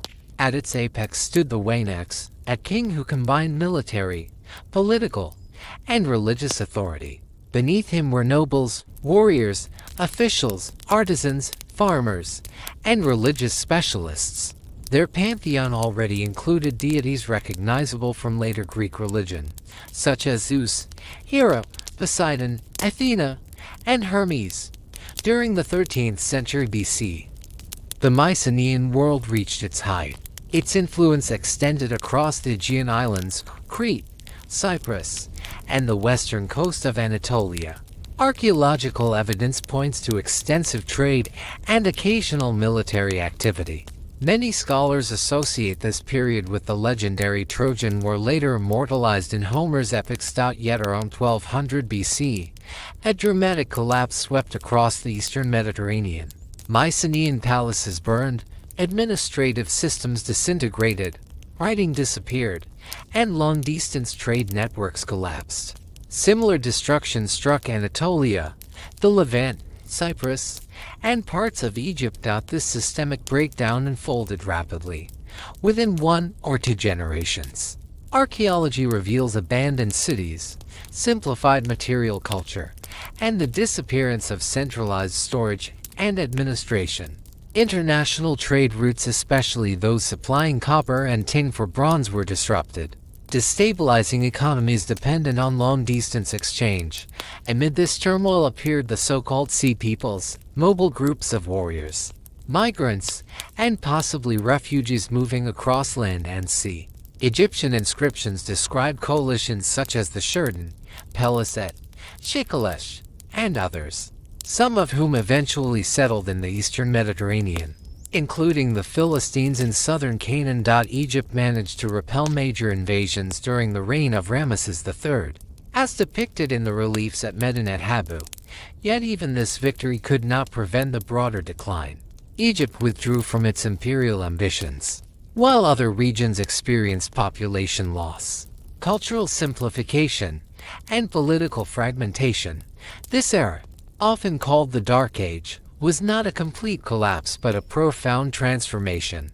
Writing systems vanished, monumental architecture ceased, and societies reorganized into smaller, localized communities.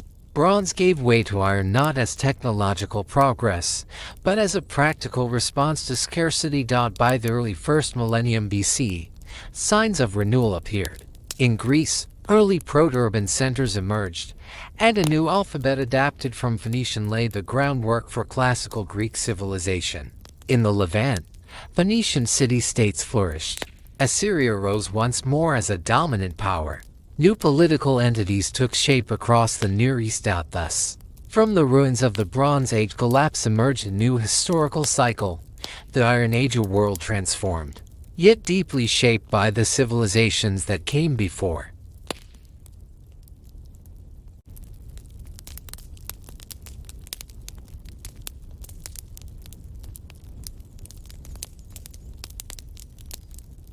Iron Age 1 was Syria and its influence. Having completed our exploration of the collapse of Bronze Age civilizations and the turbulent transitional period that followed, we now enter a new historical era, the Iron Age, spanning roughly from 1200 to 500 BC. This period witnessed profound transformations across the ancient Near East. New political structures emerged, older traditions were reshaped, and powerful states arose from the ruins of earlier worlds. In this context, Assyria stands out as one of the clearest examples of how a relatively small kingdom, which managed to preserve its political continuity through the post-Bronze Age crisis, could evolve into a vast and formidable empire. Few civilizations reshaped the political landscape of the ancient Near East as decisively as Assyria did. The history of Assyria during the Iron Age can be divided into two closely connected phases, each marked by distinct developments in governance, military organization, and cultural life. The Middle Assyrian period began toward the end of the 14th century BC and lasted into the early centuries of the Iron Age. During this time, Assyria overcame both external pressures and internal instability, gradually restoring its independence and beginning a new phase of expansion. The ancient city of Ashur remained the political and religious heart of the state, evolving into the nucleus of an increasingly sophisticated administrative system. Under the reign of Ashur-uballit I, Assyria began to assert itself beyond its traditional borders. Through military campaigns in Upper Mesopotamia and strategic alliances with neighboring peoples, the Assyrian state expanded its influence.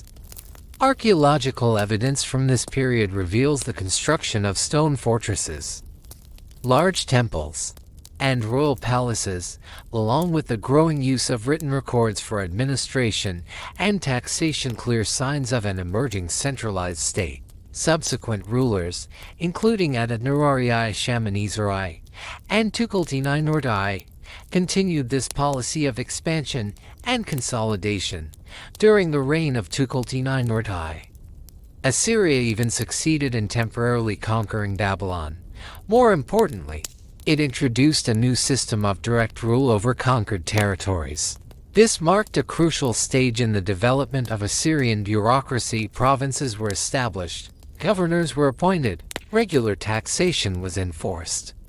Military garrisons were stationed throughout the empire, and forced population relocations were used to suppress rebellion and maintain control. These measures laid the institutional foundations of a true imperial system. The transition to the Neo-Assyrian Empire occurred at the beginning of the first millennium BC. One of the key figures of this transformation was Ashur-dan II, who ascended the throne in 911 BC. His reign marked the start of a sustained period of expansion and administrative reform that would turn Assyria into the dominant power of the Near East. His successors Adad-nirari II, Tiglath-Pileser III, Sargon II, Sennacherib, Esarhaddon, and Ashurbanipal continued to enlarge the empire through relentless military campaigns and systematic governance. Under Tiglath-Pileser III, Assyria introduced sweeping administrative reforms. The traditional system of semi-independent vassal kingdoms was replaced by direct provincial administration. A standardized taxation system was implemented. Logistical support for the army was carefully regulated, and mass deportations of conquered populations became a central tool of imperial policy. These forced migrations not only reduced the likelihood of rebellion but also facilitated cultural integration and economic productivity across the empire. The Neo-Assyrian Empire reached its peak between the late 8th and early 7th centuries BC. At its height, Assyrian rule extended from the Zagros Mountains to the Persian Gulf, and from the Caucasus to the eastern Mediterranean, alongside the ancient city of Ashur. The new capital of Nineveh emerged as a monumental imperial center. Extensively rebuilt and expanded, Nineveh became one of the largest and most impressive cities of the ancient world. Under kings such as Sennacherib and Esarhaddon, Nineveh flourished as a political, economic, and cultural hub, adorned with vast palaces, reliefs, inscriptions, and monumental architecture that glorified Assyrian power. The reign of Ashurbanipal, in particular, represents the cultural and administrative apex of Assyrian civilization. His most enduring legacy is the famous Library of Nineveh, a collection of tens of thousands of clay tablets written in Akkadian, Sumerian, and other languages. This library preserves an extraordinary range of text myths, religious hymns, historical chronicles, legal documents, scientific observations, and literary works, making it one of the most valuable sources for our knowledge of ancient Mesopotamian civilization. Archaeological discoveries from the 19th and 20th centuries have allowed scholars to reconstruct Assyrian political systems, religious beliefs, and intellectual traditions in remarkable detail. Assyrian military power during this period was unparalleled. The army was characterized by strict discipline, advanced siege technologies, heavily armed infantry, war chariots, and later, organized cavalry units.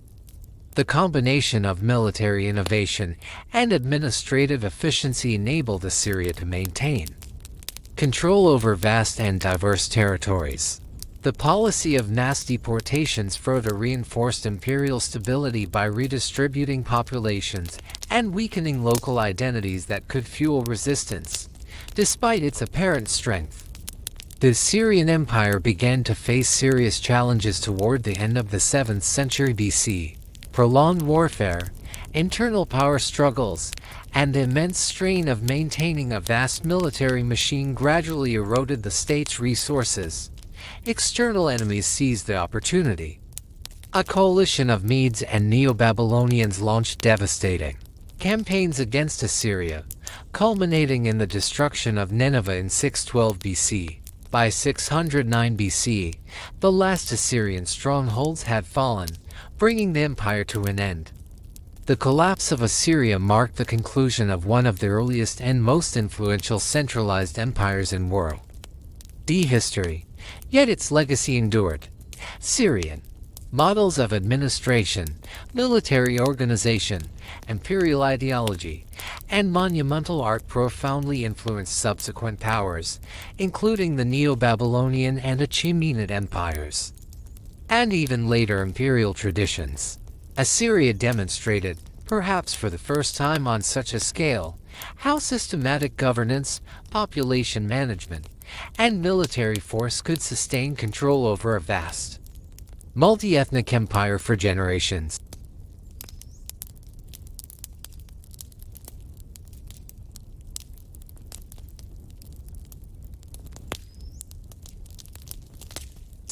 The Neo-Babylonian kingdom, Nebuchadnezzar. After the fall of the Assyrian Empire, a new geopolitical order emerged in the Near East. Central Mesopotamia, once a core province of Assyria, became the focal point of struggle among various powers seeking to inherit the legacy of the collapsed empire. It was within this turbulent context that the Neo-Babylonian kingdom, also known as the Chaldean Empire, rose. This state existed from 626 to 539 BC and became the last great Mesopotamian power of the ancient world. The founder of the kingdom was Nabopolassar, a leader of Chaldean origin who spearheaded a major revolt against Assyrian rule in southern Mesopotamia around 626 BC. His uprising quickly gained momentum and received crucial support from the Medes, particularly their king Cyaxares, through a series of joint military campaigns. The Assyrian capital of Nineveh was captured and destroyed in 612 BC. The final Assyrian stronghold, the city of Harran, fell in 609 BC, marking the definitive end of the Assyrian Empire. Upon these ruins, the Neo-Babylonian kingdom was established. Its golden age came under the rule of Nabopolassar's son, Nebuchadnezzar II, one of the most powerful and influential rulers of the ancient Near East. He ascended the throne in 605 BC, after commanding Babylonian forces in the decisive Battle of Carchemish, where the Babylonians defeated the Egyptians and the remnants of Assyrian armies. This victory secured Babylonian control over Syria and Palestine and effectively removed Egypt as a dominant force in Near Eastern politics.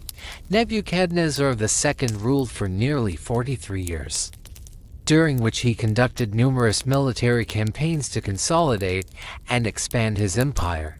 In 597 BC, he besieged and captured Jerusalem, taking King Jehoiachin prisoner and deporting a significant portion of the population to Babylon, when another rebellion erupted in Judah. Nebuchadnezzar responded with overwhelming force. In 586 BC, Jerusalem was destroyed, and the first temple was burned to the ground. Tens of thousands of inhabitants were deported. This event became known in Jewish history as the Babylonian exile and had a profound impact on Jewish religious thought, identity, and the development of biblical traditions beyond his military achievements.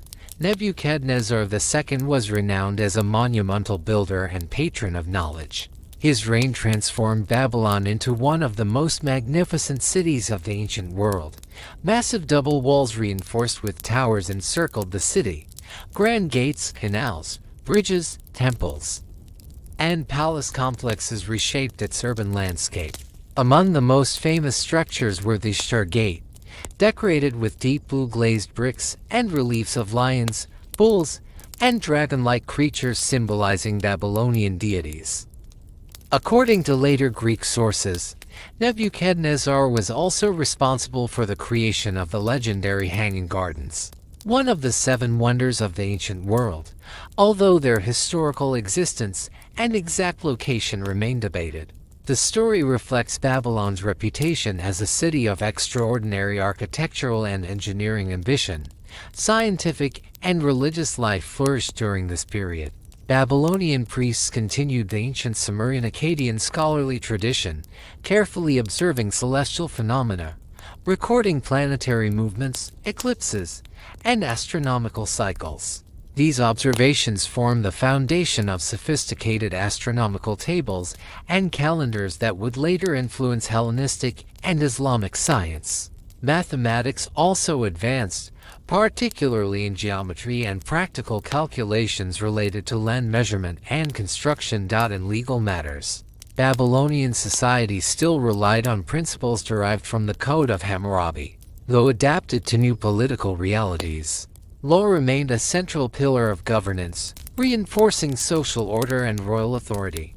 After Nebuchadnezzar II's death in 562 BC, the kingdom entered a period of gradual decline. His successors lacked his political skill and authority. Palace intrigues and rapid changes of rulers weakened the central government. The final king, Nabonidus, who ruled from 556 BC, proved to be a controversial figure. He sought to elevate the cult of the moon god Sin, possibly at the expense of Babylon's chief god, Marduk. This policy alienated the powerful priesthood and undermined internal stability. Meanwhile, a new force was rising to the east, Persia, under the leadership of Cyrus II, later known as Cyrus the Great. In 539 BC, Persian forces approached Babylon. According to contemporary sources, the city surrendered with little or no resistance. Cyrus pursued a policy of religious tolerance and political pragmatism. He honored the cult of Marduk, preserved temples, and allowed deported peoples including the Jews to return to their homelands.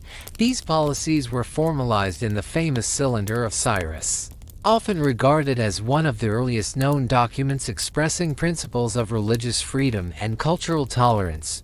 With the peaceful capture of Babylon, the Neo-Babylonian kingdom came to an end.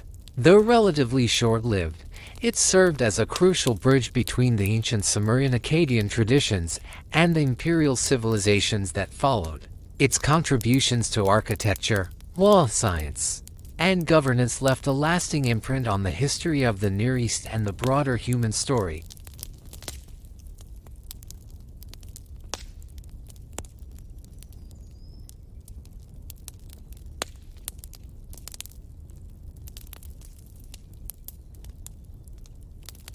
The Persian Empire, conquest, and culture. After the fall of the Neo-Babylonian kingdom in 539 BC, political and military leadership in the Near East passed to a new power of the Persian Empire of the Achaemenid dynasty.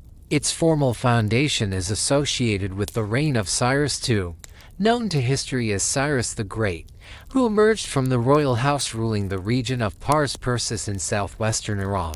What began as a regional dynasty rapidly transformed into the ruling power of the largest empire the ancient world had yet known. By the end of the 6th century BC, Persia controlled an immense territory stretching from the Indus River in the east to the Aegean Sea in the west. The empire encompassed Mesopotamia, Syria, Palestine, Egypt, Anatolia, the Caucasus, and large parts of Central Asia. Never before had a single political entity united such a vast diversity of cultures, languages, religions, and peoples under one administration. This unprecedented scale required not only military conquest, but also a new and sophisticated system of governance. The final shape of imperial administration was established under Darius I, who ruled from 520 to 486 BC. Darius reorganized the empire into approximately 20 satrapies, administrative districts governed by royal officials known as satraps. These governors wielded considerable authority, yet their power was carefully balanced and monitored by the central government. From the royal court, inspectors known as the eyes of the king were dispatched to oversee taxation, military readiness, and loyalty. Strategic and wealthy regions such as Egypt, Babylonia, and Lydia were granted special administrative status due to their economic importance and historical significance. Equally vital to imperial cohesion was the development of an advanced communication network. The most famous example was the Royal Road, stretching nearly 2,700 kilometers from Sardis in Anatolia to Susa in Iran. Along its length were relay stations where mounted couriers could change horses and transmit royal decrees. According to Herodotus, a journey that took an ordinary traveler 3 months could be completed by a royal messenger in little more than a week. This infrastructure enabled centralized rule across immense distances and fostered stability, commerce, and mobility. The Persian Empire did not rule solely through force. It actively promoted religious tolerance, legal continuity, and respect for local traditions.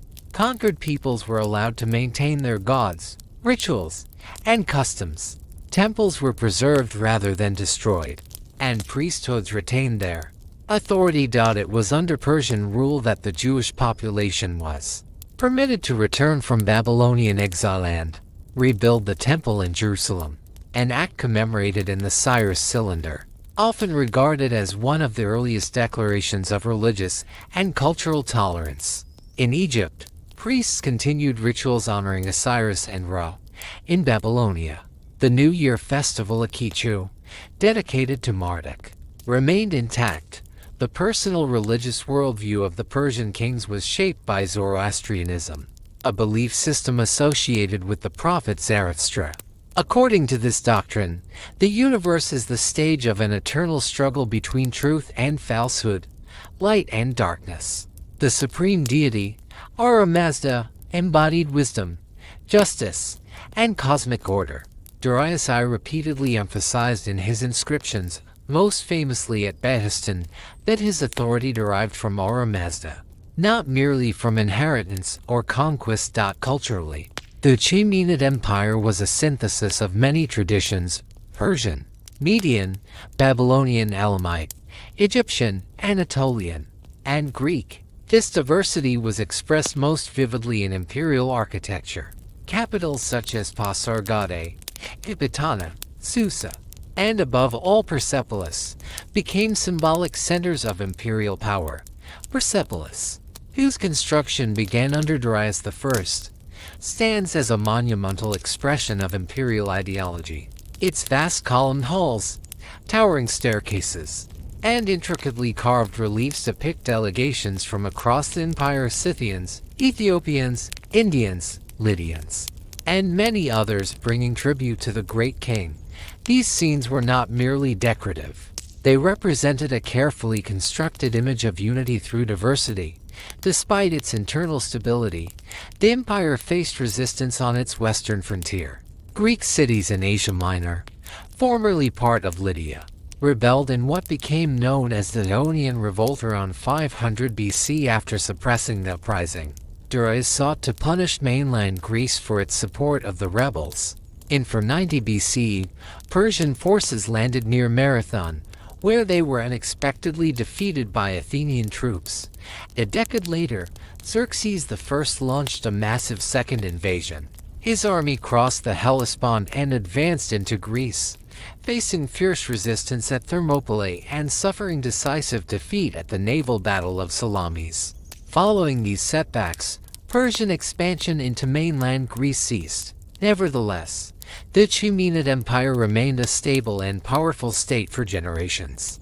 At its height, it governed over 70 distinct peoples. Administrative correspondence was conducted in multiple languages, including Old Persian, Elamite, Akkadian, and especially Aramaic, which became the empire's primary administrative and diplomatic language across the Near East. The eventual fall of the Achaemenids would come later, during the campaigns of Alexander the Great. Yet long before that moment, the Persian Empire had already established enduring models of imperial governance, legal administration, infrastructural planning, and cultural tolerance. These models would influence later powers from the Seleucids and Romans to the Byzantines and Sassanids, shaping the political imagination of empires for centuries to come.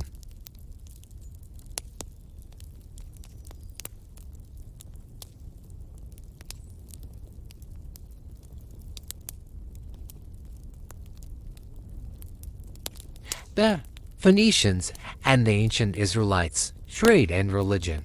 In the second half of the second millennium and throughout the first millennium BC, alongside the great empires of the Near East, two peoples played a crucial role in shaping the cultural and political landscape of the Eastern Mediterranean despite following very different paths of development. These were the Phoenicians and the ancient Israelites.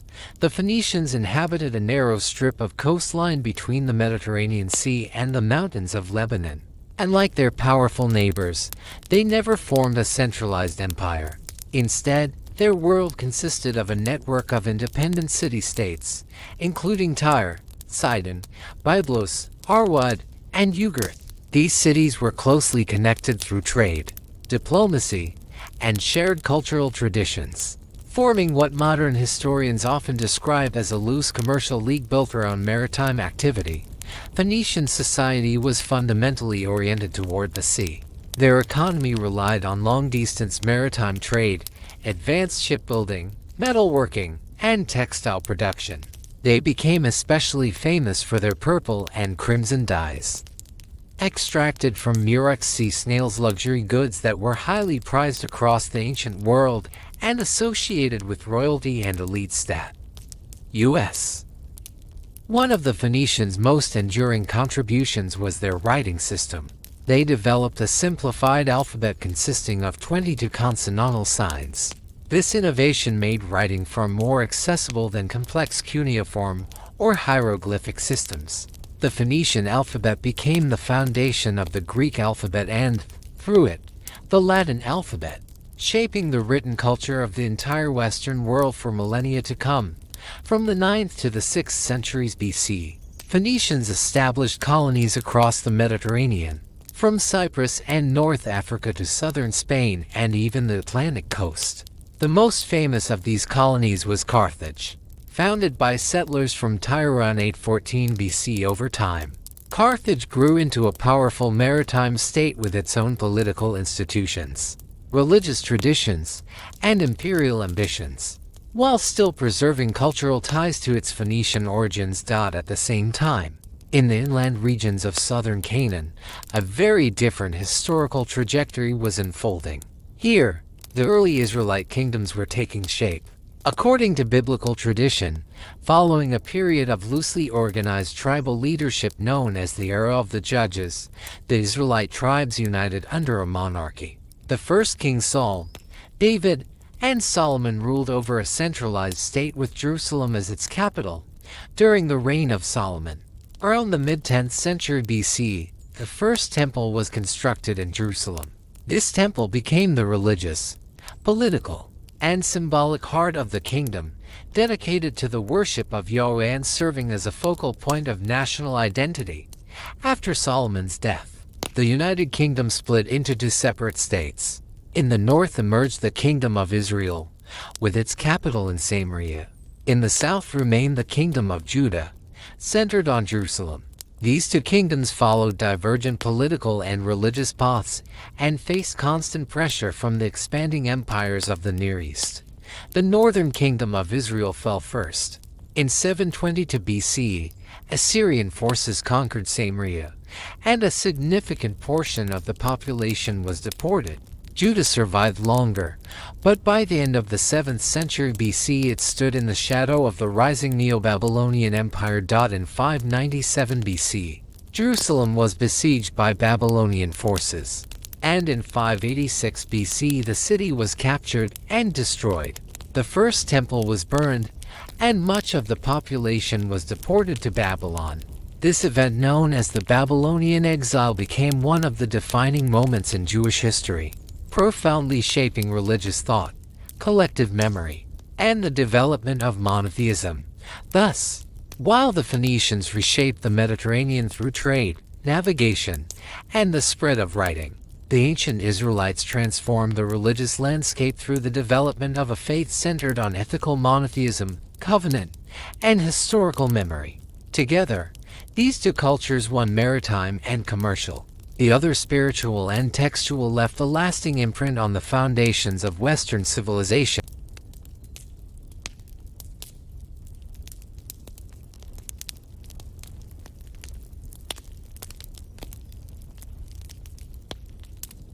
The Babylonian captivity, its impact on Judaism, as mentioned earlier.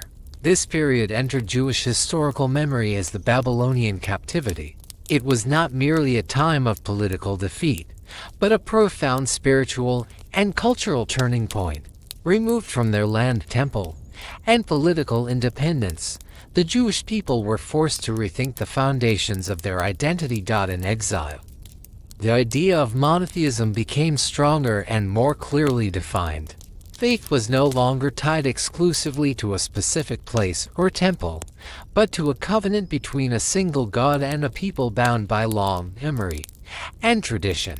During this period, key portions of the Hebrew Scriptures were compiled, edited, and preserved, transforming oral traditions into a written religious canon. The concepts of divine justice, moral responsibility, and historical destiny were refined in response to catastrophe and displacement. Life in Babylon also exposed the exiled population to a highly developed urban civilization with advanced legal systems, astronomy, administration, and literature. Rather than dissolving under this influence, Jewish religious culture adapted and strengthened itself, maintaining distinct beliefs while absorbing new forms of organization and textual transmission. The end of the captivity became possible through the rise of the Persian Empire. The Persian king Cyrus the Great issued a decree allowing deported peoples to return to their homelands and restore their religious institutions. For the Jewish community, this meant permission to return to Jerusalem and rebuild the temple. This act marked the beginning of a new religious era rather than a simple restoration of the old one. With the return from exile, Judaism entered a phase of institutional and theological consolidation. Temple worship was renewed, but greater importance was now placed on scripture, law, and communal practice.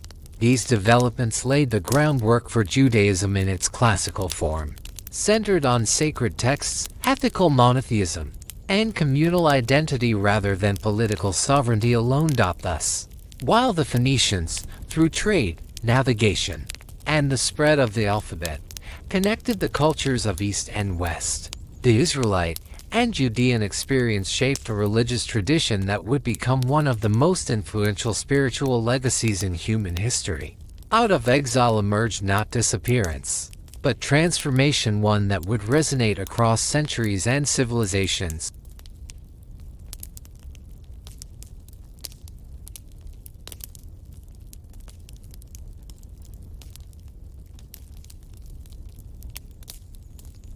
Indian tradition, philosophy, and cultural legacy. In the second half of the second millennium BC, Indo-European tribes began migrating into the Indian subcontinent. In later Indian tradition, these peoples came to be known as the Aryans. This movement was part of a broader wave of Indo-European migrations that stretched from Europe across Central Asia and into South Asia, crossing the northwestern frontiers. The Aryans initially settled in the Indus River region and later advanced eastward into the fertile valley of the Ganges. In doing so, they encountered and interacted with local populations, who may have been descendants of the Harappan civilization. Our primary knowledge of this formative period comes from the Vedic texts.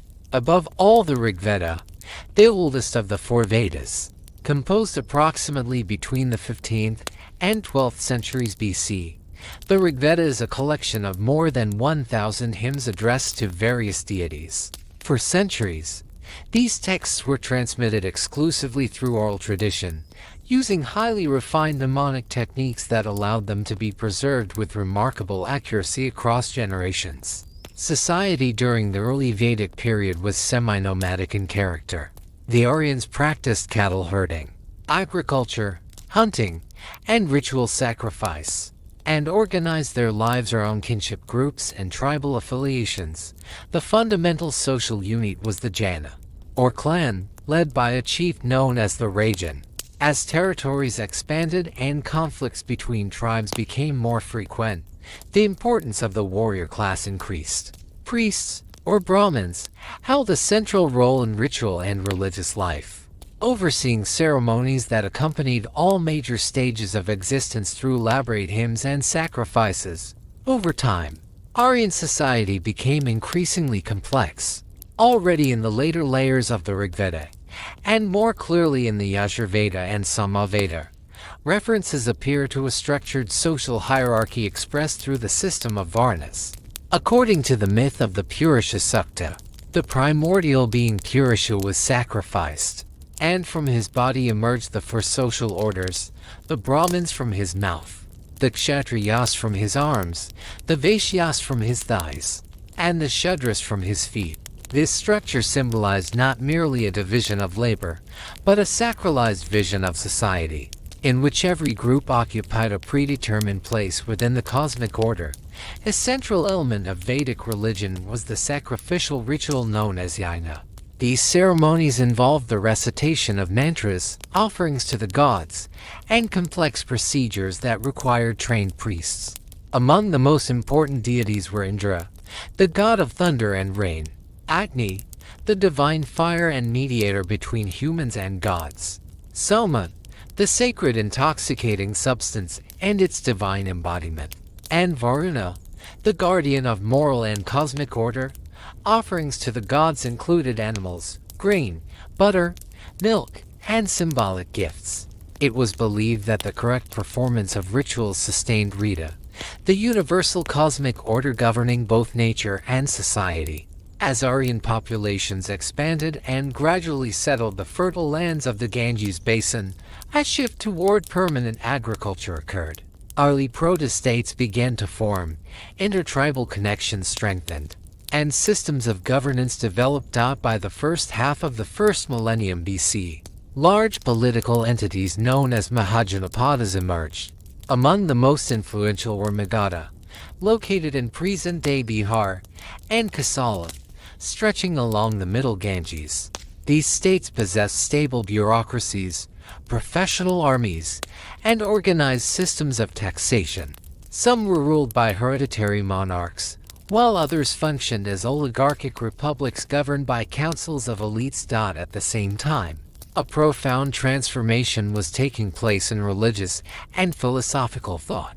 In texts known as the Upanishads, new ideas emerged concerning the cycle of rebirth samsara, the law of moral causation karma, liberation moksha, and of identification of the individual self-atman with the universal absolute Brahman. These concepts would become foundational for later Indian philosophical and religious traditions.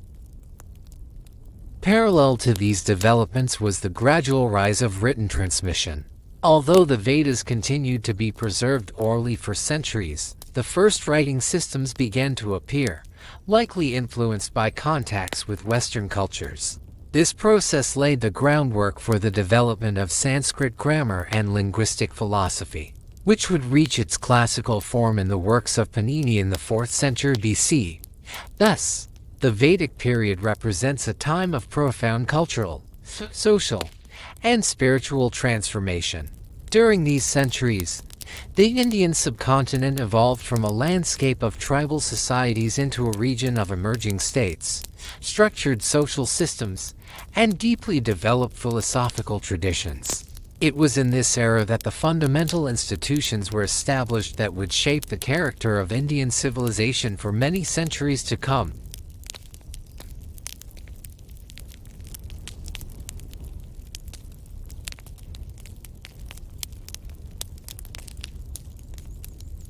Carthage, rivalry with Rome.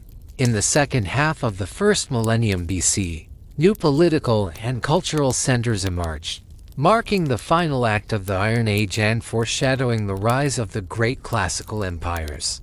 Among the key actors of this transitional era were Carthage in the Western Mediterranean and the Hellenistic states of the East.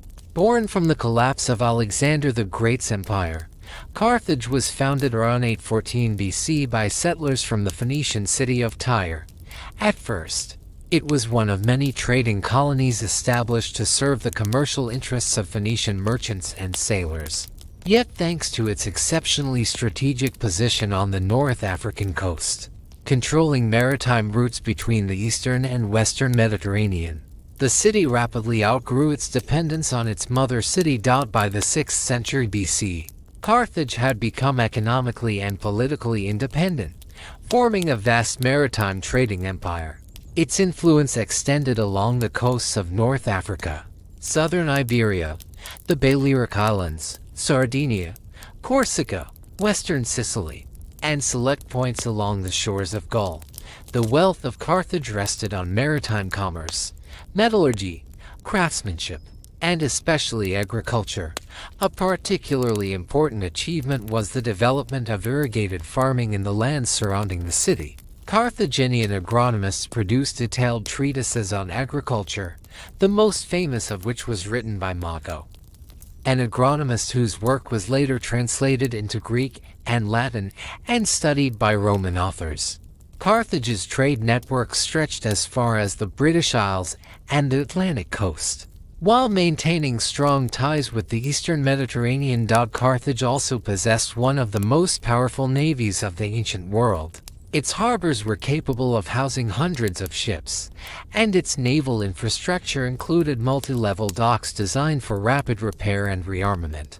This technological sophistication allowed Carthage to maintain dominance at sea for centuries.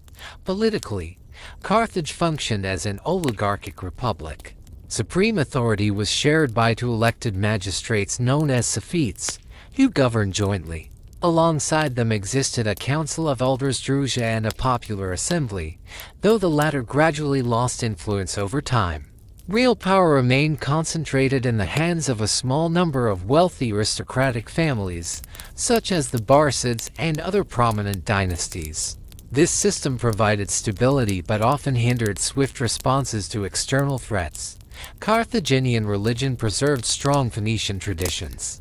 The chief deities were Baal-Hamon and Tanit, who occupied a central place in public worship. One of the most controversial aspects of Carthaginian religious practice concerns reports of child sacrifice. Archaeological discoveries in ritual areas known as taphets, containing urns with the remains of infants and animals, led ancient Greek and Roman authors to accuse the Carthaginians of performing such rites. Modern scholars, however, continue to debate this issue. Some argue these remains may represent burials of children who died from natural causes rather than evidence of systematic ritual sacrifice. The question remains unresolved and highly contested. From the 5th century BC onward, Carthage entered into prolonged conflicts with Greek city-states in Sicily, especially Syracuse. These wars lasted for generations, draining the resources of both sides. At the same time, Carthage faced the rise of a new and formidable power in the central Mediterranean, Rome. This growing rivalry would ultimately lead to the Punic Wars, a series of devastating conflicts that ended in the complete destruction of Carthage in the 2nd century BC. Yet before its fall, Carthage stood not only as a dominant economic and military power, but also as a remarkable example of cultural synthesis between East and West, linking Phoenician traditions with the wider Mediterranean world.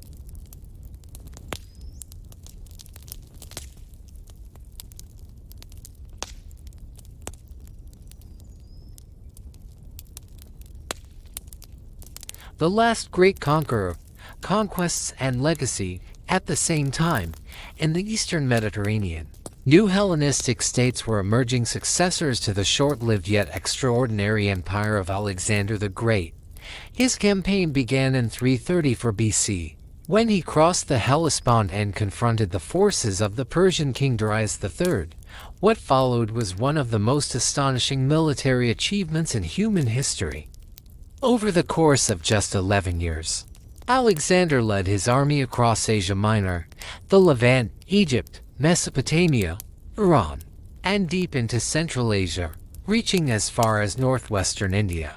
Each victory dismantled the structures of the Achaemenid Empire and replaced them with a new political and cultural order shaped by Greek models of rule, education, and urban life.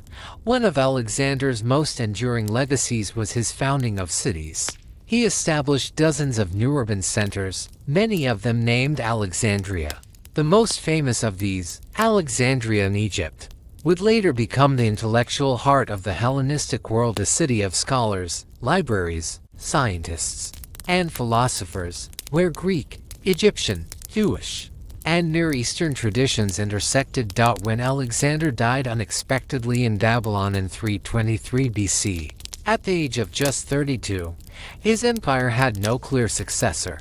He left behind neither an adult heir nor a stable administrative framework capable of holding such vast territories together.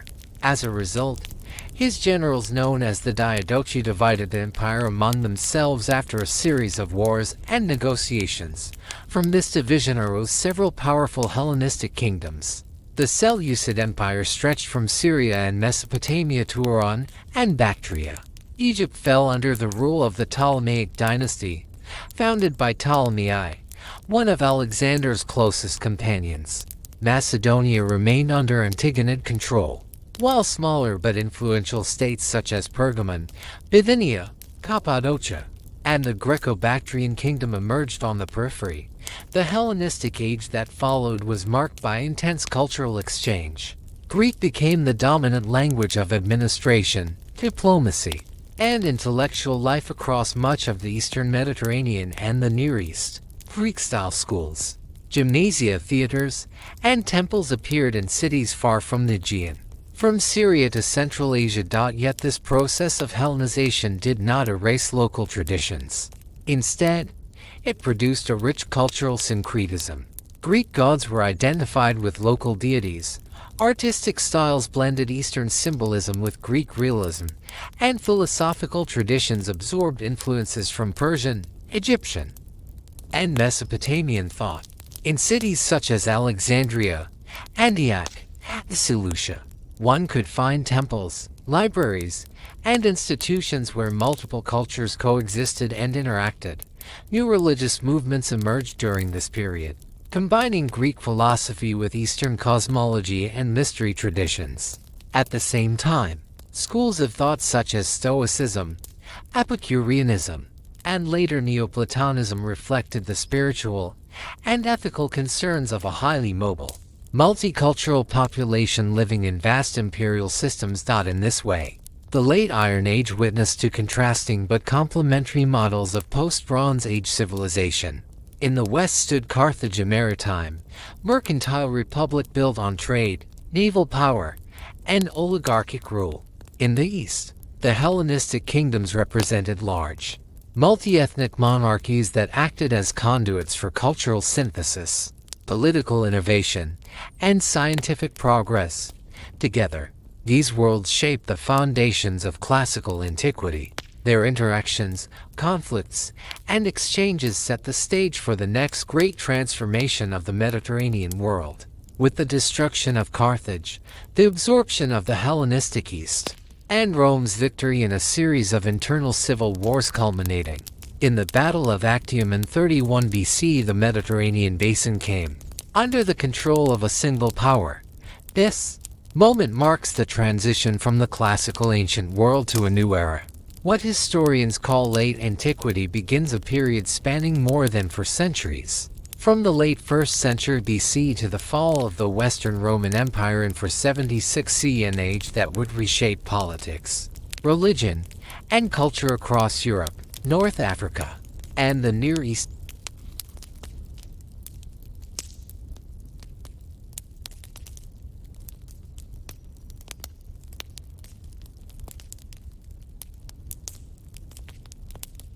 The Roman Empire formation and consolidation, a decisive turning point in the political structure of the Roman world, came with the rise of Octavian, the adopted heir of Julius Caesar.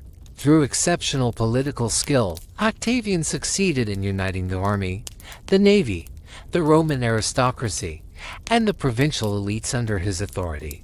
In 27 BC, he formally renounced his extraordinary powers, presenting himself as a restorer of the Republic. In return, the Senate granted him the honorific title Augustus and entrusted him with control over vast and strategically vital provinces. This moment marked the beginning of the Principate, a carefully balanced system that preserved the outward forms of republican institutions while concentrating real power in the hands of a single ruler. Augustus did not call himself king. Instead, he ruled as princeps, the first citizen, yet in practice, he held supreme military command, controlled state finances, appointed governors and magistrates, and exercised key religious functions as Pontifex Maximus. The Roman state thus entered a new phase, a monarchy disguised as a republic. After decades of civil war and political chaos, Augustus' reign brought stability and recovery.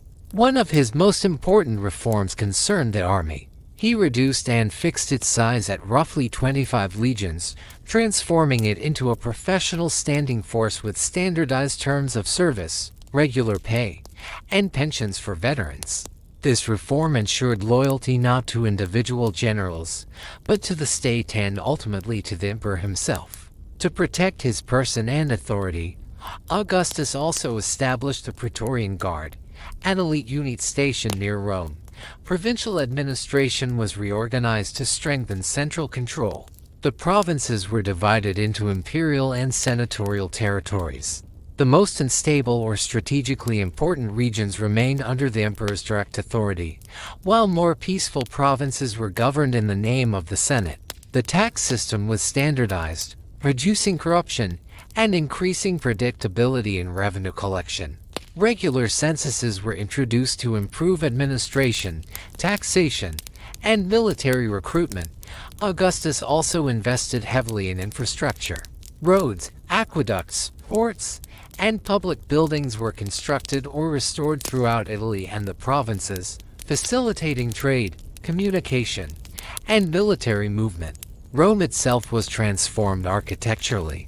Augustus famously claimed that he found Rome a city of brick and left it a city of marble. At the same time, Augustus presented himself as a moral reformer.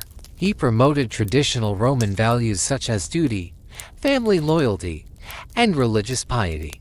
Temples were restored, ancient cults revived, and laws were passed to encourage marriage and childbirth among the Roman elite. Through art, literature, and public ceremonies, the image of Augustus as a guardian of order, peace, and Roman tradition was carefully cultivated. Thus, the reign of Augustus laid the foundations of the Roman Empire as a stable and enduring political system. His model of governance would shape Roman imperial rule for centuries, providing a framework in which military power, administrative efficiency, cultural unity, and ideological legitimacy were woven into a single, remarkably resilient structure.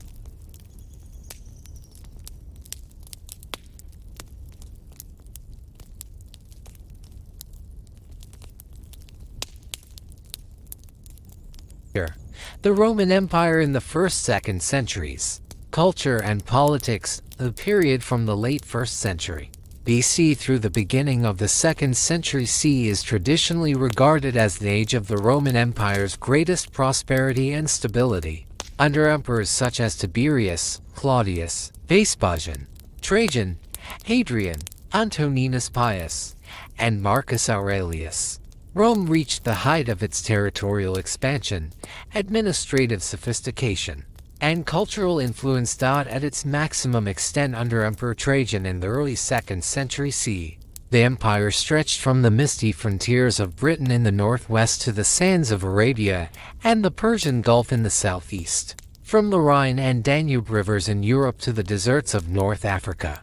Never before had such vast and diverse lands been united under a single political system for such a sustained period. This era was marked not only by military success but by internal development. Cities flourished across the provinces, becoming centers of administration, trade, education, and culture. Urban life followed a recognizable Roman pattern: forums, baths, theaters, aqueducts, temples, and roads transformed local landscapes from Gaul to Syria. Trade networks linked distant regions, allowing grain from Egypt, olive oil from Hispania, wine from Gaul, and luxury goods from the east to circulate freely across the empire. Agriculture remained the economic foundation of Roman society, but it was increasingly integrated into a market economy supported by coinage, taxation, and imperial infrastructure. Roads and sea routes enabled the efficient movement of goods, troops, and information, reinforcing imperial cohesion. One of the most significant social transformations of this period was the gradual expansion of Roman citizenship. Originally limited to the inhabitants of the city of Rome and later Italy, citizenship was progressively extended to provincial elites and communities as a reward for loyalty and service. This process culminated in the early 3rd century CE, when Emperor Caracalla granted Roman citizenship to nearly all free inhabitants of the empire. Although this occurred slightly later, it was the logical outcome of trends already firmly established in the 1st and 2nd centuries. Culturally, the empire became increasingly cosmopolitan. Latin and Greek functioned as the main languages of administration, law, and education, Latin dominating in the western provinces, Greek in the eastern Mediterranean. Roman law spread throughout the empire, creating a shared legal framework that regulated property, contracts, family relations, and public life. This legal tradition would become one of Rome's most enduring legacies. Architecture and engineering reached remarkable levels of sophistication. Monumental structures such as amphitheaters, basilicas, bridges, and aqueducts symbolized Roman power and order. At the same time, local traditions were not erased but absorbed into a broader imperial culture. Provincial gods were identified with Roman deities, local customs were tolerated, and regional identities continued to exist within the imperial framework. Politically, this period is often associated with the idea of the 5 good emperors, rulers whose authority rested on competence, moderation, and cooperation with the Senate and provincial elites. While imperial power remained absolute in principle, effective governance depended on balance, pragmatism, and administrative efficiency. Overall, the Roman Empire of the 1st and 2nd centuries represents a unique moment in world history, a vast, multicultural state held together not only by military force, but by law, infrastructure, economic integration, and a shared political culture. This era laid the foundations for the long-term influence of Roman civilization on Europe, the Mediterranean, and beyond.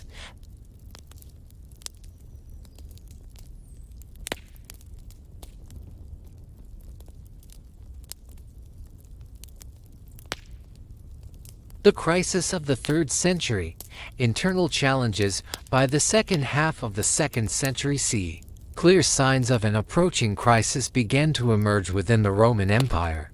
One of the earliest and most devastating blows was the outbreak of a massive epidemic known as the Antonini Plague. Sweeping through large parts of the empire, it caused severe demographic losses, weakened the labor force, and undermined economic stability. At the same time, Pressure on Rome's borders intensified. Germanic and Sarmatian tribes launched increasingly frequent raids along the northern frontiers, particularly along the Rhine and Danube. The army, forced into constant defensive warfare, began to play an ever more decisive role in political life. Military commanders were no longer merely servants of the state. They increasingly became kingmakers. Into 35 CE, the empire entered what historians call the crisis of the 3rd century. For roughly 50 years, Rome was plunged into near-continuous instability. Emperors rose and fell at a rapid pace, often proclaimed by their troops on the battlefield and just as often killed by rivals, assassins, or mutinous soldiers. Imperial authority became closely tied to military support, eroding the legitimacy of civilian institutions and the Senate. During this period, the empire effectively fractured. In the western provinces, particularly Gaul and Britain, a breakaway Gallic empire emerged, ruled by its own emperors. In the east, the wealthy and strategically important regions of Syria and Egypt temporarily fell under the control of the Palmyrene Empire, centered on the city of Palmyra. These divisions reflected not ideological separatism, but the inability of the central government to maintain control over distant territories. External threats compounded Rome's internal weaknesses. In the east, the newly established Sasanian Persian Empire replaced the Parthians and proved to be a far more aggressive and centralized adversary. Roman armies faced repeated defeats, and entire provinces were devastated by invasions. Meanwhile, pressure along the Rhine and Danube continued to mount as Germanic confederations grew stronger and more coordinated. The economic consequences were severe. The imperial financial system began to collapse under the strain of constant warfare and political chaos. To pay soldiers and officials, emperors repeatedly debased the currency, drastically reducing the silver content of coins. Inflation spiraled, confidence in money eroded, long-distance trade declined, and many cities entered a period of stagnation or decline. Urban life suffered, tax collection faltered, and local communities increasingly relied on self-sufficiency rather than imperial networks. By the end of the 3rd century, it was clear that the Roman Empire could not survive in its traditional form without profound structural reforms. The crisis exposed deep vulnerabilities in Rome's political, military, and economic systems, setting the stage for the sweeping transformations that would follow under later emperors.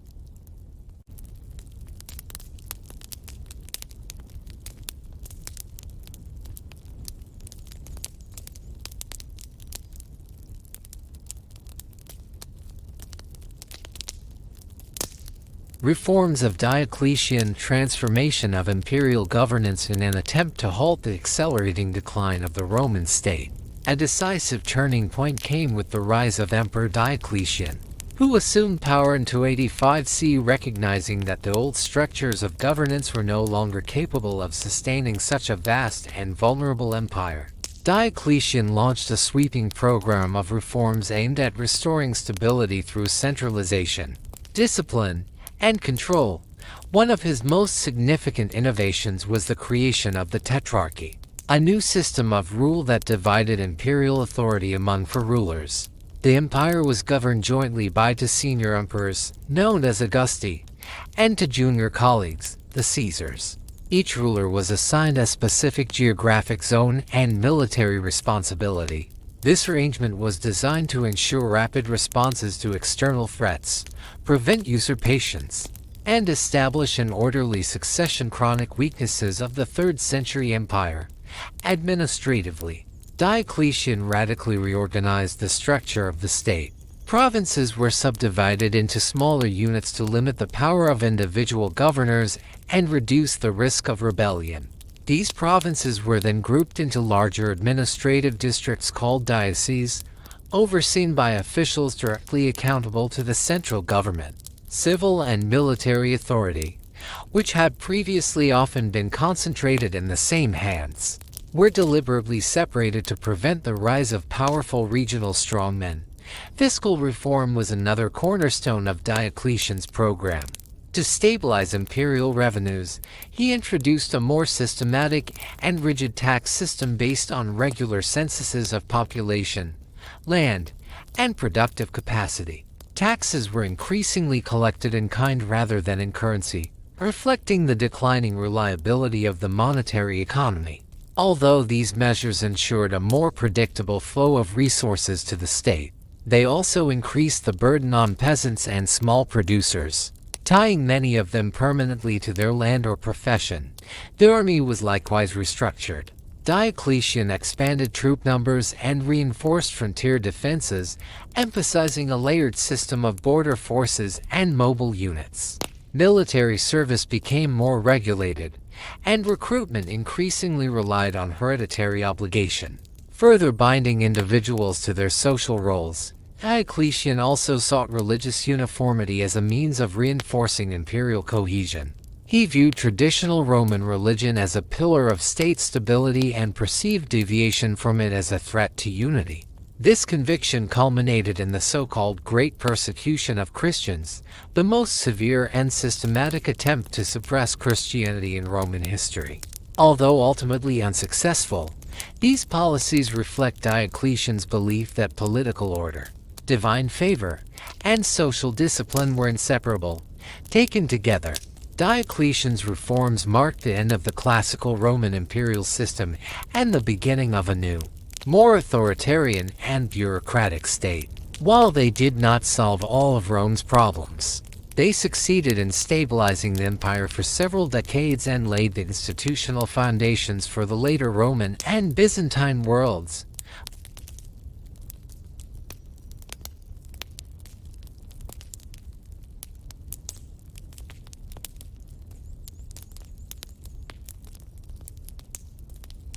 Constantine the Great, Christianity and the Empire. During the early years of his reign, the Roman Empire witnessed the last and most severe persecution of Christians in its history. This repression was driven by the imperial leadership's attempt to preserve political unity through traditional Roman cults and religious practices, which were seen as essential to the stability of the state. However, the early 4th century marked a decisive turning point. Constantine, the son of one of the tetrarchs, emerged victorious from a series of civil wars and gradually became the sole ruler of the Roman world. In 313 CE, together with his co-emperor Licinius, he issued the Edict of Milan, which granted Christians full freedom of worship and formally ended state persecution. In the years that followed, Constantine increasingly favored the Christian Church. He returned confiscated property, granted privileges to clergy, elevated bishops to positions of influence, and personally involved himself in theological disputes. Christianity, while not yet the official religion of the empire, became closely intertwined with imperial power. In 325 CE, Constantine convened the First Ecumenical Council of Nicaea, a landmark event in Christian history. At this council, key doctrinal principles were established, including the formulation of the Nicene Creed, which sought to define Orthodox belief and unify the Christian community across the empire. At the same time, Constantine made one of the most consequential political decisions in Roman history, the relocation of the imperial capital. He transferred the seat of power from Rome to the Greek city of Byzantium, which was renamed Constantinople in his honor. Founded in 324 CE and solemnly inaugurated in 330 CE, the city rapidly developed into a new administrative, military, and spiritual center of the empire. This move had profound long-term consequences. The Eastern Roman Empire was wealthier, more urbanized, and better defended than the Western provinces. Over time, its importance steadily increased. While the Western Empire, burdened by internal conflicts, economic decline, and external invasions, entered a prolonged period of instability. Thus, from the establishment of Augustus' rule to the reforms of Constantine, Rome underwent a dramatic transformation from a republican tradition to an autocratic, Christian empire. These first centuries were marked by intense political, economic, religious, and cultural change. laying the foundations for the transition from antiquity to the medieval world. Late antiquity was therefore both an age of decline and an era of renewal. While traditional institutions weakened, new forms of governance, belief, and social organization emerged, shaping the future of Europe and the Eastern Mediterranean for centuries to come. The transformation, initiated under Constantine, not only secured the eventual dominance of Christianity as the empire's state religion, but also formalized the gradual shift of political and military power from west to east. Yet behind this facade of stabilization, serious challenges continued to grow. Increasing pressure on the frontiers, internal tensions, economic fragmentation, and demographic change slowly eroded the foundations of the Western Roman world. These unresolved strains would ultimately lead to the collapse of imperial authority in the West, while the Eastern Empire, rooted in Constantinople, would endure for nearly 1,000 years more.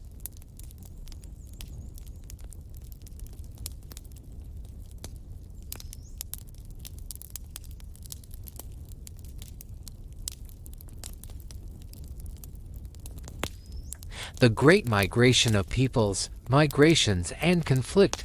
At this moment in late antiquity, one of the most far-reaching processes in the history of Eurasia began, the phenomenon traditionally known as the Great Migration of Peoples.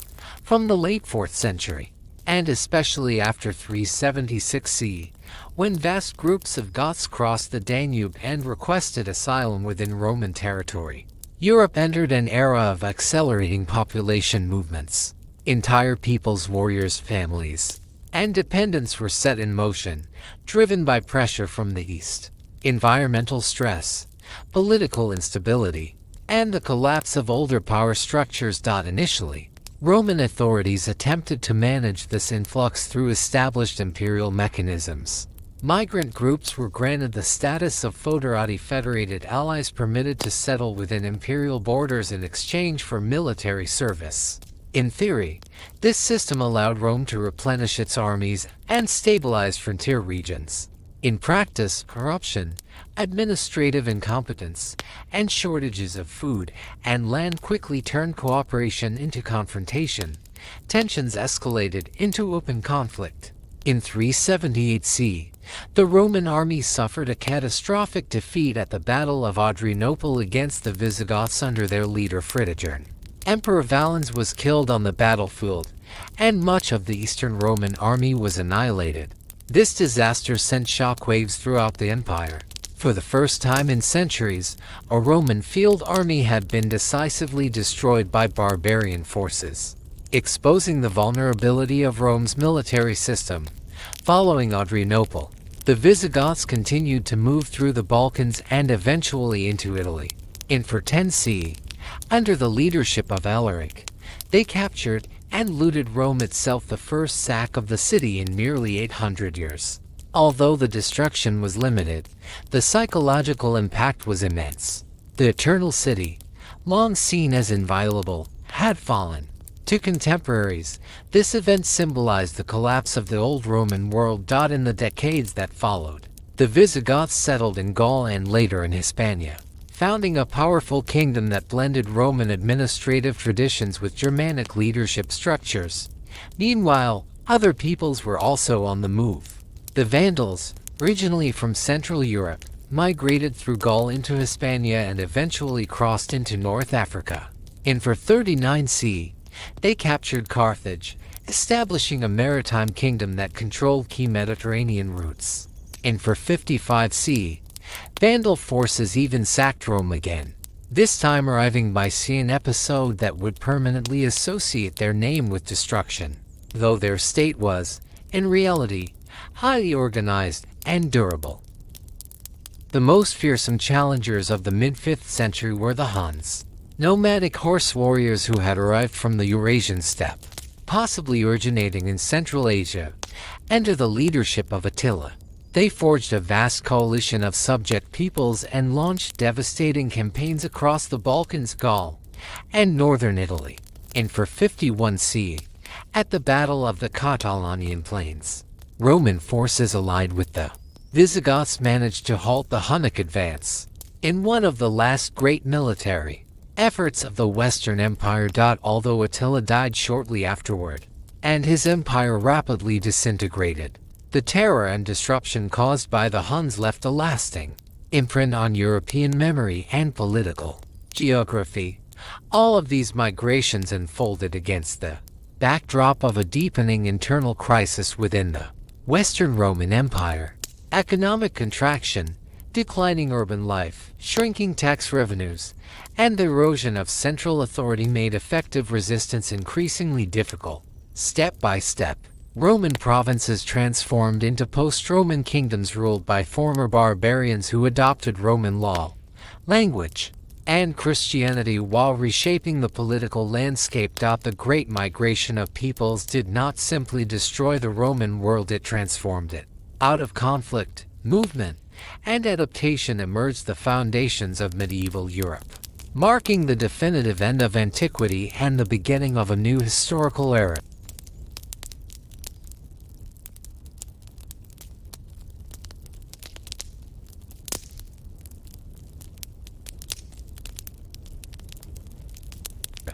The internal crisis of the Roman Empire, causes and consequences. After the death of Theodosius I in 395 CE, the Roman Empire was formally divided into two parts between his sons. Arcadius received the Eastern Empire, while Honorius inherited the Western Empire. This division, although intended as an administrative solution, marked a decisive turning point in Roman history.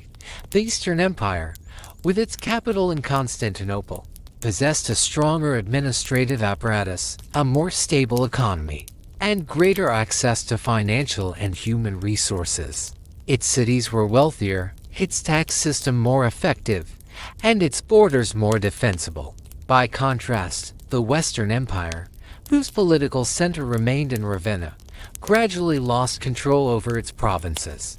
Imperial authority weakened, the army became increasingly dependent on barbarian mercenaries, and state revenues steadily declined. By the middle of the 5th century, much of the former Western Roman territory had fallen under the control of various barbarian groups.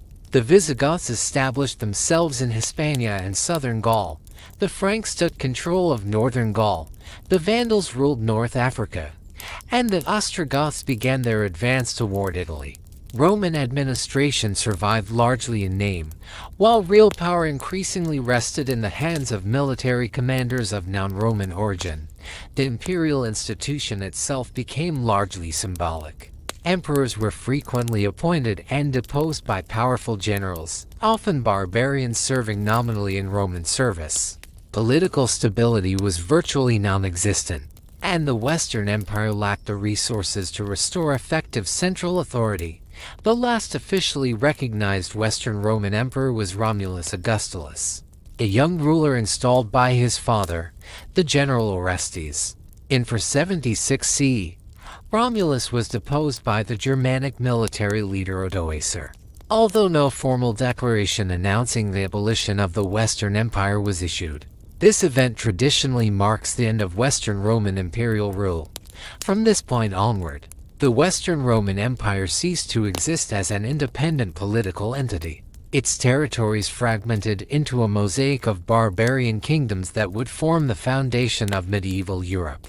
Meanwhile, the Eastern Roman Empire, known to history as Byzantium, continued to exist for nearly 1,000 more years, preserving Roman law, administrative traditions, and imperial ideology well into the Middle Ages. This division and collapse did not represent a sudden disappearance of Roman civilization, but rather a profound transformation.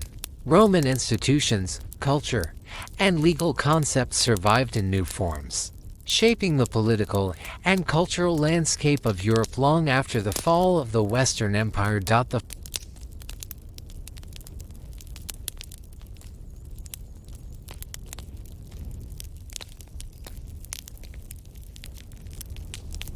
fall of the Western Roman Empire, the end of an era in the West. A new historical epoch was beginning. What followed the collapse of Roman authority was not an instant descent into chaos. But the gradual emergence of the early Middle Ages, a world shaped by barbarian kingdoms, Christian missions, and the slow reconstruction of political and cultural life on entirely new foundations, the so-called Great Migration of Peoples was not a single catastrophic event, but a long and complex process of transformation. Over several centuries, vast movements of populations reshaped the ethnic map of Europe. Roman institutions eroded, imperial administration disintegrated, and long-established systems of governance collapsed. Yet at the same time, new political structures, legal traditions, and cultural identities began to take form. Peoples once perceived solely as destroyers of Goths, Franks, Vandals, Burgundians, and others gradually became the founders of future European states. They adopted elements of Roman law, administration, and Christianity, blending them with their own customs and traditions. In this way, the end of the Western Roman Empire did not mark the death of civilization, but rather its transformation into something new, the deposition of the last Western emperor, Romulus Augustulus, in 476 CE symbolized the formal end of imperial rule in the West.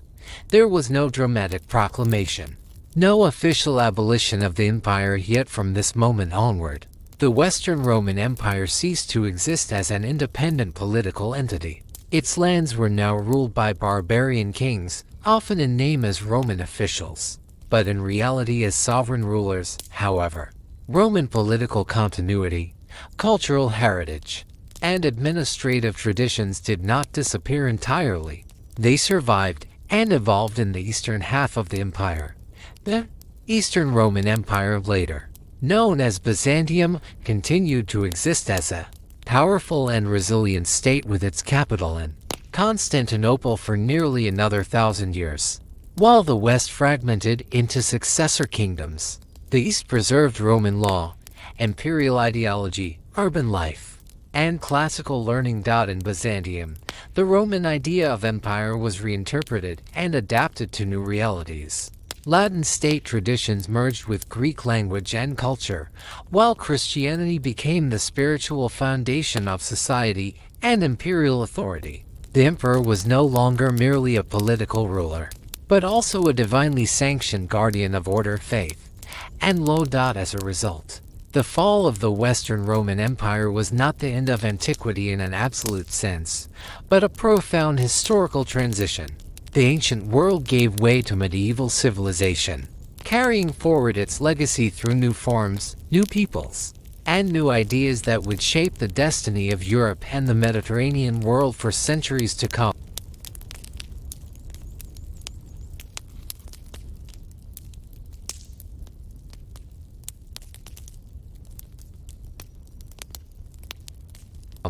Justinian I, the restoration of empire.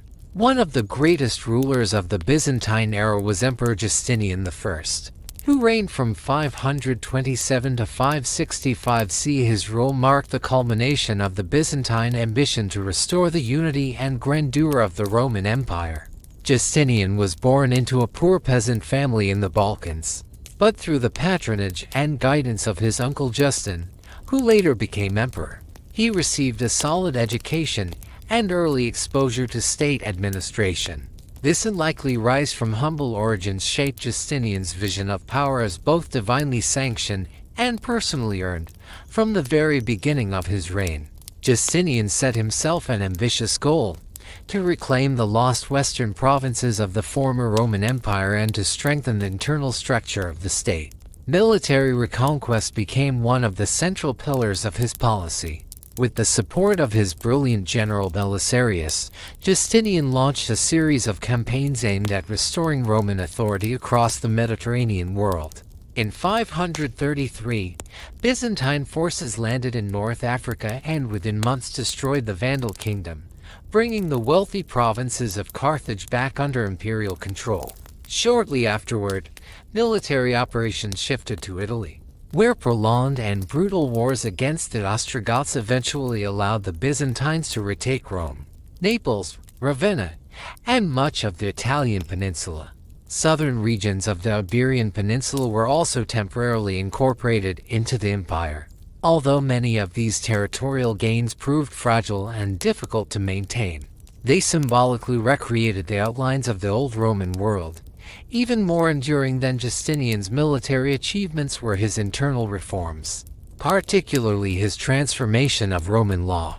One of his most significant accomplishments was the comprehensive codification of centuries of legal tradition.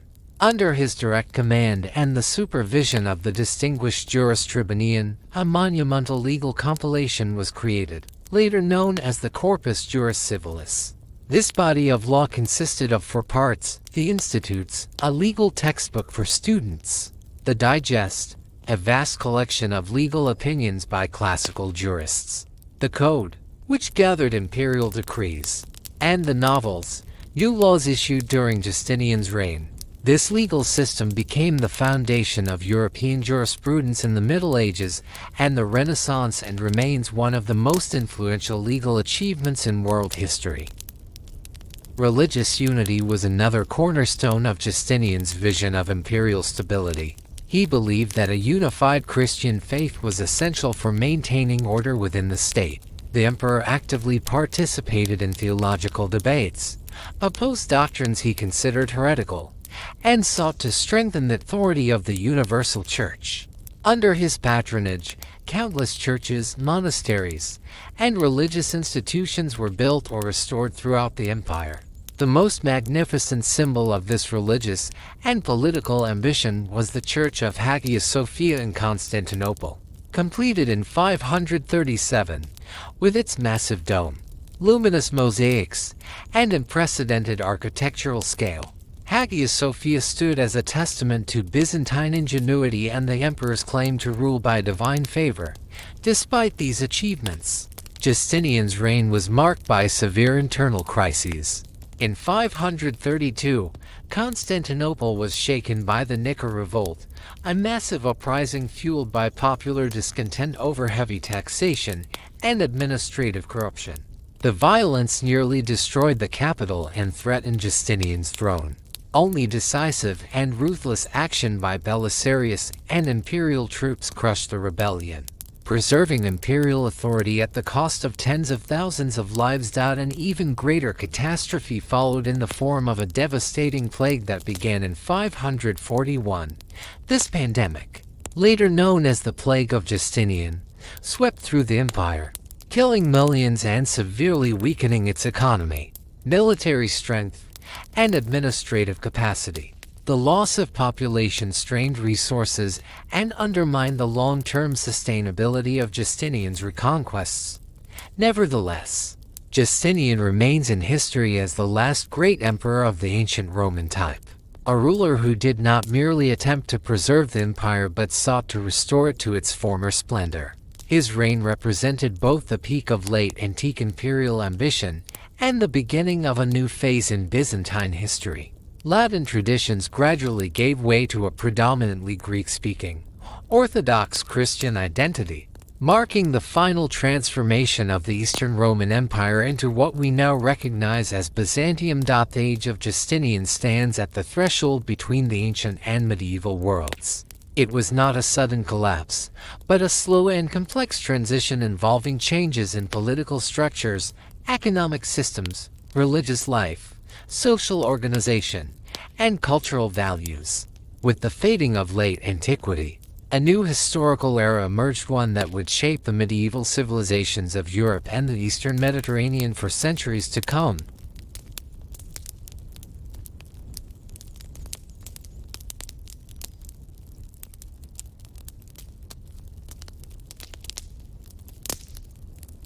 The legacy of the ancient world, a final reflection. Summing up the long historical journey from early antiquity to the threshold of the Middle Ages, several key directions emerged that shaped the development of human civilization. First and foremost, the history of the ancient world is a history of interconnected paths rather than isolated cultures. East and West did not develop independently, but in constant interaction through warfare, trade, diplomacy, migration, and cultural exchange. Mesopotamia, Egypt, the Hittite Kingdom, Assyria, Persia, India, China, Greece, Rome, Byzantium, and many other civilizations formed an interconnected network stretching across Eurasia and North Africa. Civilization was not a single, linear process, but a convergence of multiple parallel trajectories that repeatedly crossed, diverged, and influenced one another. This dense web of interaction created the cultural, technological, and intellectual momentum that allowed human societies to achieve major breakthroughs in governance, science, art, and philosophy. A second crucial vector of development was the transition from localized agricultural communities to centralized states and vast empires. Early farming societies, formed in fertile river valleys, gradually gave way to complex political systems capable of managing large populations and territories. This shift marked the movement from kin-based economies to taxation systems, from oral traditions to written records, and from local exchange to transregional trade networks. Within these expanding structures emerged the first administrative institutions, legal systems, and professional armies capable of sustaining order across immense regions. Empires did not merely conquer peoples, they connected them within shared political spaces. Knowledge, technologies, religious beliefs, and philosophical ideas circulated widely, fostering cultural synthesis rather than simple domination. The legacy of the ancient world remains foundational to modern civilization. Roman law, systematized under Emperor Justinian, became the cornerstone of European legal traditions. Writing systems developed in Sumer, Egypt, Phoenicia, China, and elsewhere evolved into alphabets, numerical systems, bureaucratic practices, and methods of record-keeping that still underpin modern governance. Ancient architecture, from ziggurats and pyramids to Greek temples, Roman roads and aqueducts, and Byzantine domes, established enduring standards of engineering, aesthetics, and spatial design. These structures embodied not only technical mastery but also symbolic expressions of power, faith, and collective identity. The major world religions also took shape during this era. Zoroastrianism, Judaism, Buddhism, and Christianity emerged as comprehensive moral and spiritual systems that define concepts of good and evil, justice, responsibility, and the meaning of human existence. Their influence extended far beyond antiquity, shaping cultures, laws, and identities for millennia. The transition to the Middle Ages should not be understood as a sudden collapse or civilizational catastrophe. Despite destruction caused by wars, migrations, and epidemics, this was a gradual and institutional transformation. Roman administrative practices, Christian ecclesiastical structures, artisanal traditions, educational models, and legal concepts were preserved, adapted, and integrated into new social frameworks. So-called barbarian kingdoms adopted Latin literacy, Roman law, and Christian ethics, becoming carriers rather than destroyers of Roman cultural heritage. In the East, Byzantium preserved and transformed ancient traditions within a Greek-speaking Christian empire. Meanwhile, the Islamic world absorbed and expanded upon the intellectual legacy of antiquity in philosophy, medicine, mathematics, and architecture. Thus, the history of the ancient world is not merely a sequence of rises and falls, but a continuous process of cultural formation.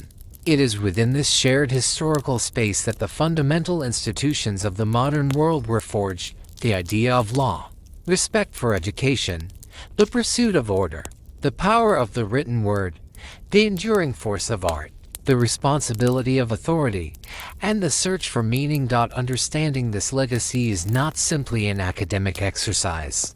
It is an awareness of the deep cultural foundations upon which contemporary society stands, and a recognition of the long historical path that continues to shape human civilization today.